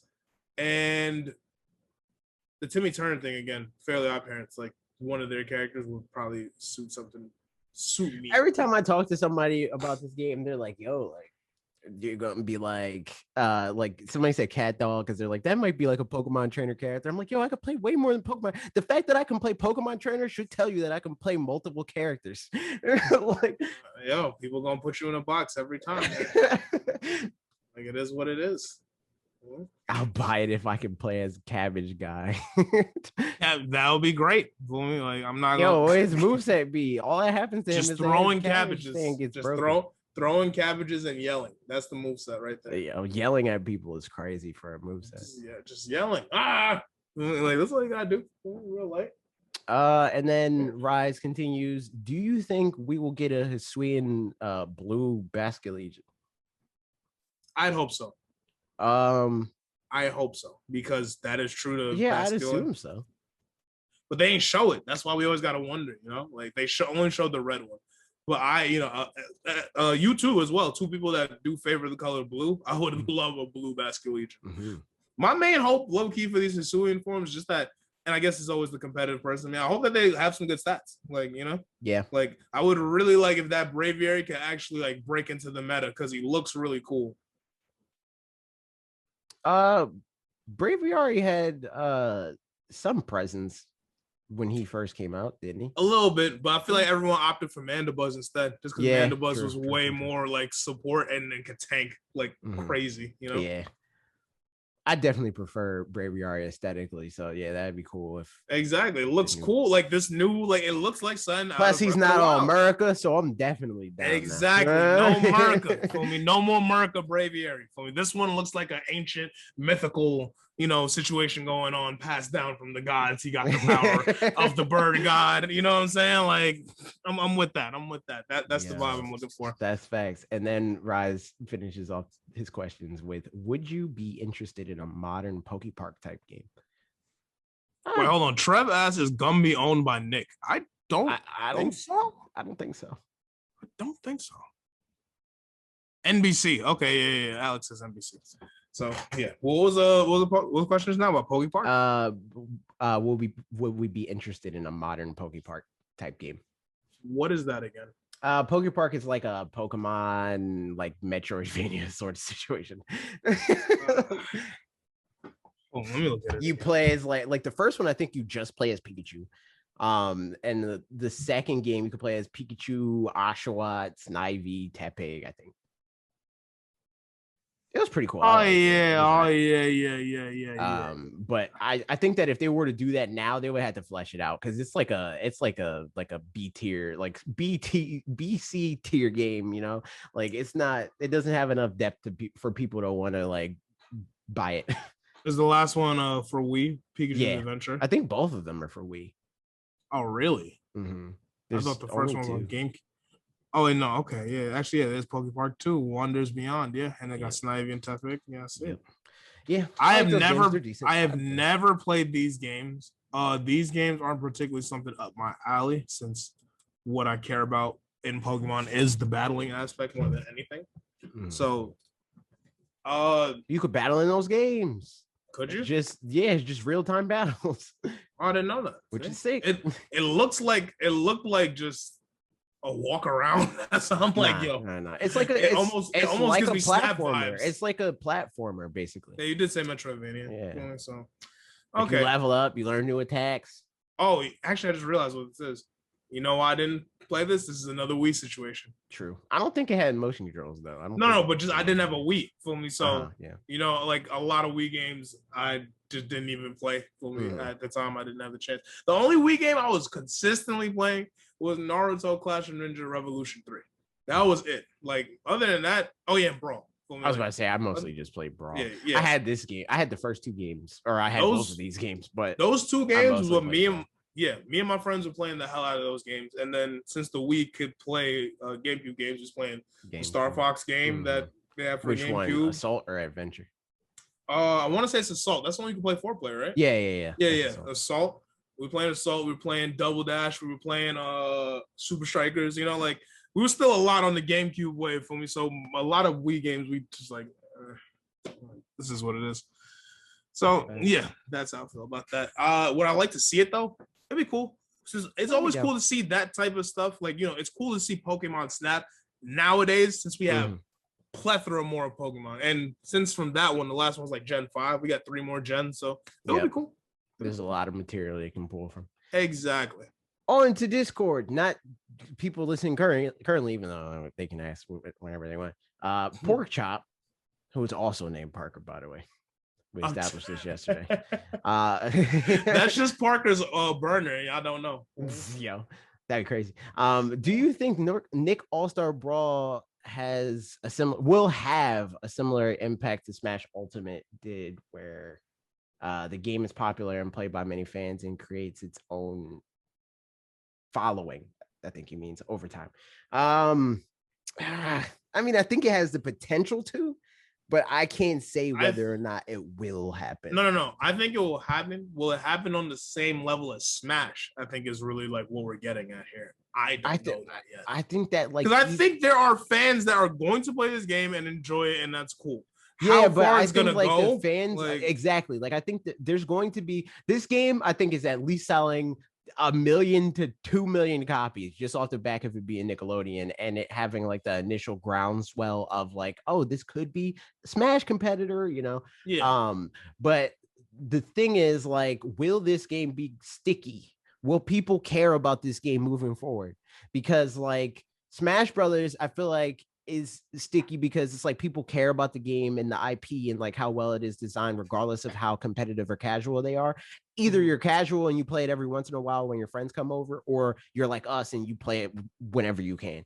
Hold on real quick. I'm sorry. Remember what you're saying right now, but you just reminded me. Remember that day I told you that my friend wanted to play me for a bread in Smash? Yeah. I remember during the set when he just kept running it back with me, there was this young lady who came by and was very excited to play Smash, but clearly was a casual. And she wasn't trying. He was like, play on Temple. Exactly. Yeah, and he was like, "No, we play for bread right now." I felt so bad. I'm like, "Damn, this is mad sweaty." We had a true. But it is what it is, man. He was talking to me crazy for way too long. That was the one time, but go ahead.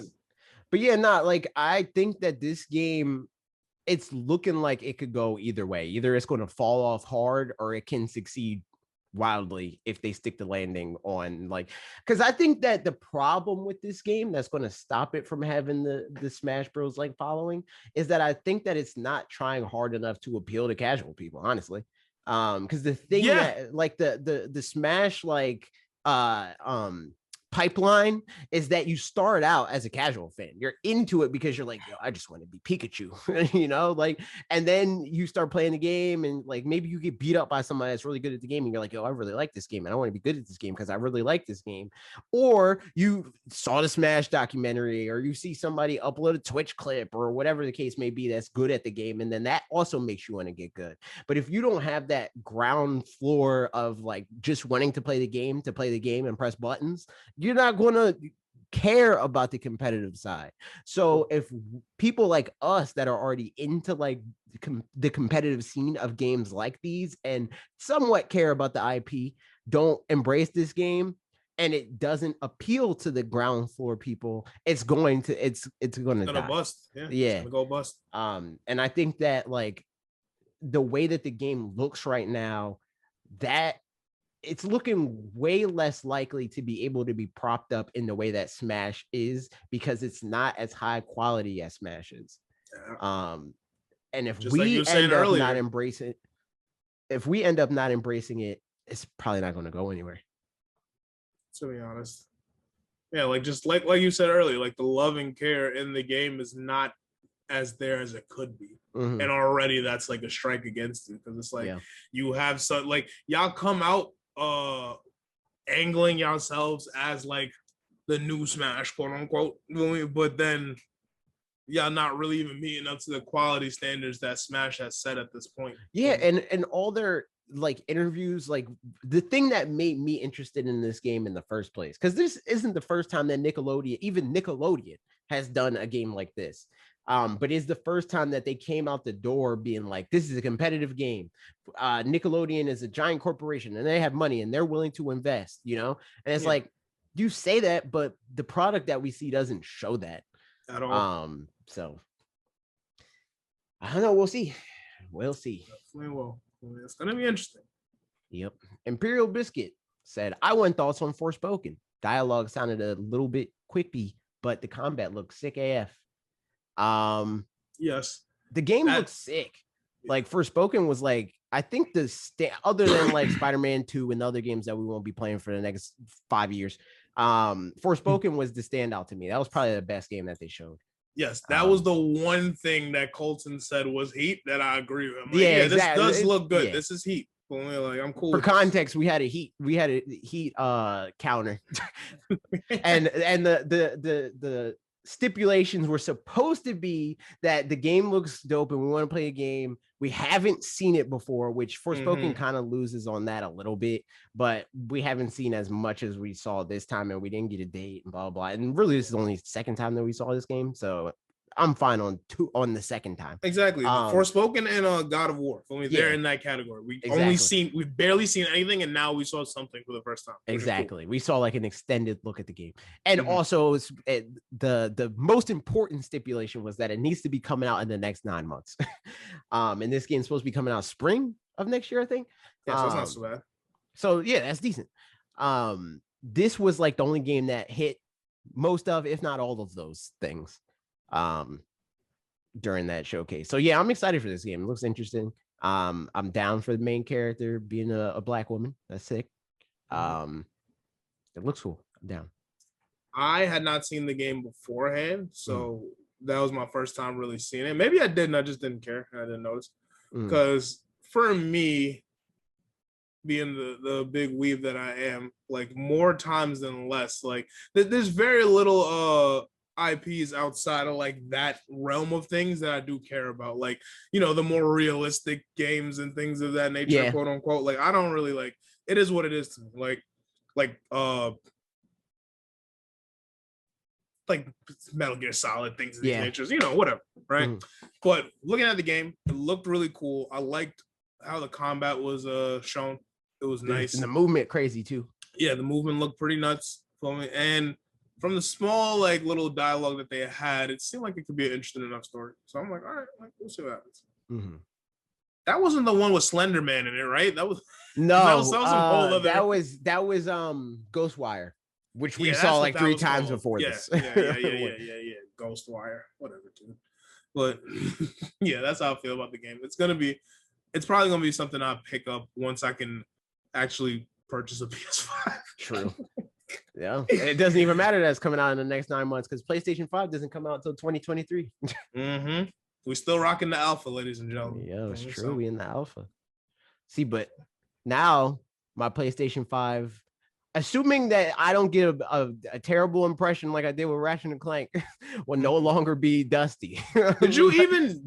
I have not gone back. I have. You haven't gone back. Okay. I have not gone back. I fell through the geometry 2 times in my first session, and I'm like, I'm not playing this game. Nah, AJ, please go back.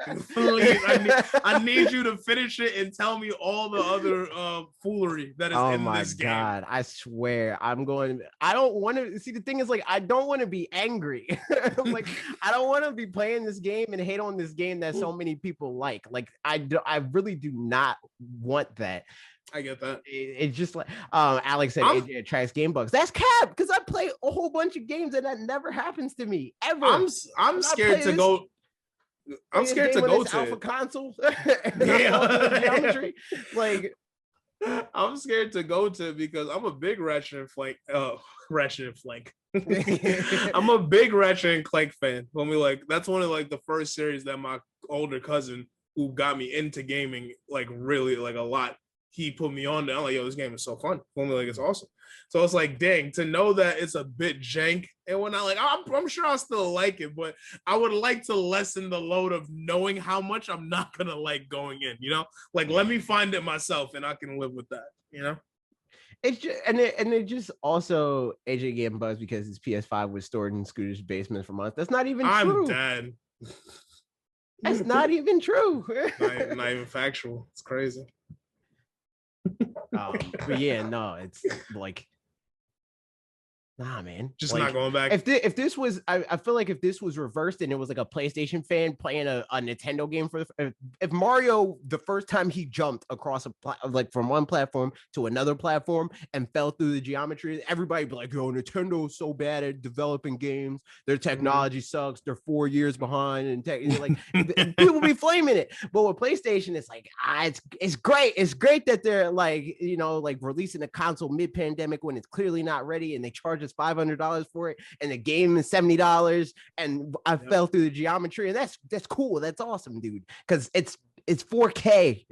It's 4K, 60 frames per second. Sick. Yeah. It's like the last jank thing I remember Nintendo having to deal with was, you remember that bug in Paper Mario that let you like not finish the game? Yeah. For whatever reason. Like I think that like to memory. There probably is some others, but that was the last. There's like, definitely moments like that. jank. Like there's a lot of stuff in Breath of the Wild that people like exploit to like speed run. But when you're just playing the game normally, you're probably like, not gonna run into that. Yeah, like, and then with that game, when playing with Mario, it's like this is all at the end. Granted, it's annoying that you can't finish, but this is all at the end of the game. You've already gotten your fill, and I'm sure you know how to beat the end boss. Exactly, but not in the tutorial stage. Yeah, exactly. The tutorial stage, like the stage that's supposed to tell me that like it's good to jump from one platform to another one, killed me. And it's not like I'm making it up. The clip is on the internet. Y'all saw it. It's on his Twitter. It is on his Twitter in 4K. So it's a shame. It's truly a shame, but it is what it is. But yeah, hopefully Forspoken will change the PlayStation 5's tune. Hope so. But I hope Forspoken is actually a finished product. Hopefully. That is, and it's crazy that I have to ask. Like, it's nuts. But I hope it's a finished product. And that's the thing. Like, I didn't even put 2 and 2 together. There was like a lot of people, like reviewers and stuff like that for Ratchet and Clank that were talking about, removed from their reviews, of course, that were like posting clips of like, yo, this game, like everybody's talking about how great it looks, but look at like how little quality of, attention to detail there is. Like you clip through, like they were walking through like foliage, like it was like bushes, and like Ratchet could just jump on the bush and it doesn't like interact with him, like like in Breath of the Wild or whatever, right? Like there's stuff like your horse will not walk into a tree, like unless you force him to run into it, and even then he might kick you off. Like your character interacts with the world, but in this game they're like we're not going to bother with, like collision mapping this part of the game. Like, hopefully they won't walk through this bush. Like, there's a lot of stuff like that. It's like, we're going to put a lot of, we're going to put like a lot of detail into our fur texture. But like when people are walking through the game and doing the important thing, like the platforming and like the actual combat, playing the video game, like it's pretty. It doesn't matter because it's pretty. It's like, nah. Yeah, that's all people care about nowadays. I don't care how pretty it is. I just want to play the game, and I want the game 4K, bro. Yo, remember we was talking about the 2K thing? Yo, they make it so close to real life every year. Yo, it looks just like real life again. It look better than real life. Yeah, it look better than real life. Oh man, son. True Fernie said, I didn't experience or see as many bugs for Ratchet and Clank except for AJ's experience, so I don't know what's really the issue with the game. Well, for me, it's because I firsthand experienced it. Like, this is not the case of like somebody sitting on the internet and being like, oh man, people are having bugs with this game. That really sucks. I literally experienced the bug frame one for the first 10 minutes of me playing the game. So it makes me not want to play the game. But again, like I get that not everybody experiences it, and that's fine. But I did.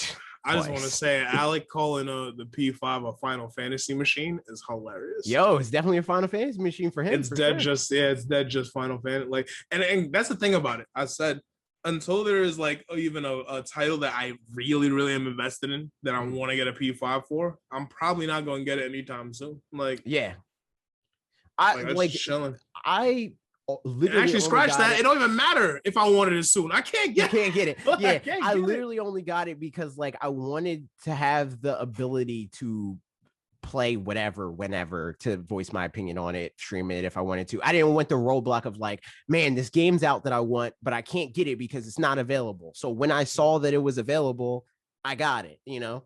Yeah. People that aren't in that situation do not buy it. Yeah, pretty much. Like, I don't play, like, I'd like a P5, don't get me wrong, but I have no need for it right now. I would get a PlayStation 5 to play Storm 4, which makes no sense. Yeah. Like, you know what I'm saying? So we just here with it. Anyway. All right. So now, if you guys want to, if you have anything additional questions or anything like that, we can do that. But also, did you still want to do the Marvel thing? What you talking about? I was going to talk about what if. We usually talk about the what if episodes. Oh yeah. Enlighten me. So I haven't watched any, so so the what if episodes are basically just like scenarios. It's like, you ever see literal like, what ifs? Yeah, like in Dragon Ball Z, where it's like, what if what if Cell absorbed Krillin or whatever in Dragon Ball Z Budokai? It's like that sort of situation. And the last episode caused me to tweet something that made some people mad. Where I was like, zombies are mid. You saw it. But that's just true in general. Zombies are so mid. And it was like, before I even watched the episode, it wasn't even me saying like this episode sucked. It was like the concept of zombies. I'm over it. Stop. We're done here. Pack it up. Real quick, I'm looking directly at the camera to you, the viewer at home that is still a fan of The Walking Dead. Why? It's literally the same thing every time. The outbreak happens, they run to find like a safe haven.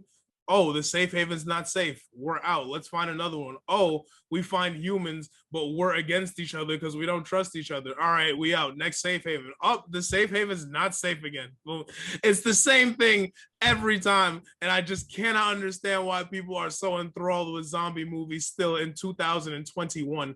But that is just my humble opinion. I could be totally wrong about that, but I don't think I am. Feel me? So it is what it is. I'm over it. I put it on full screen. I'm glad.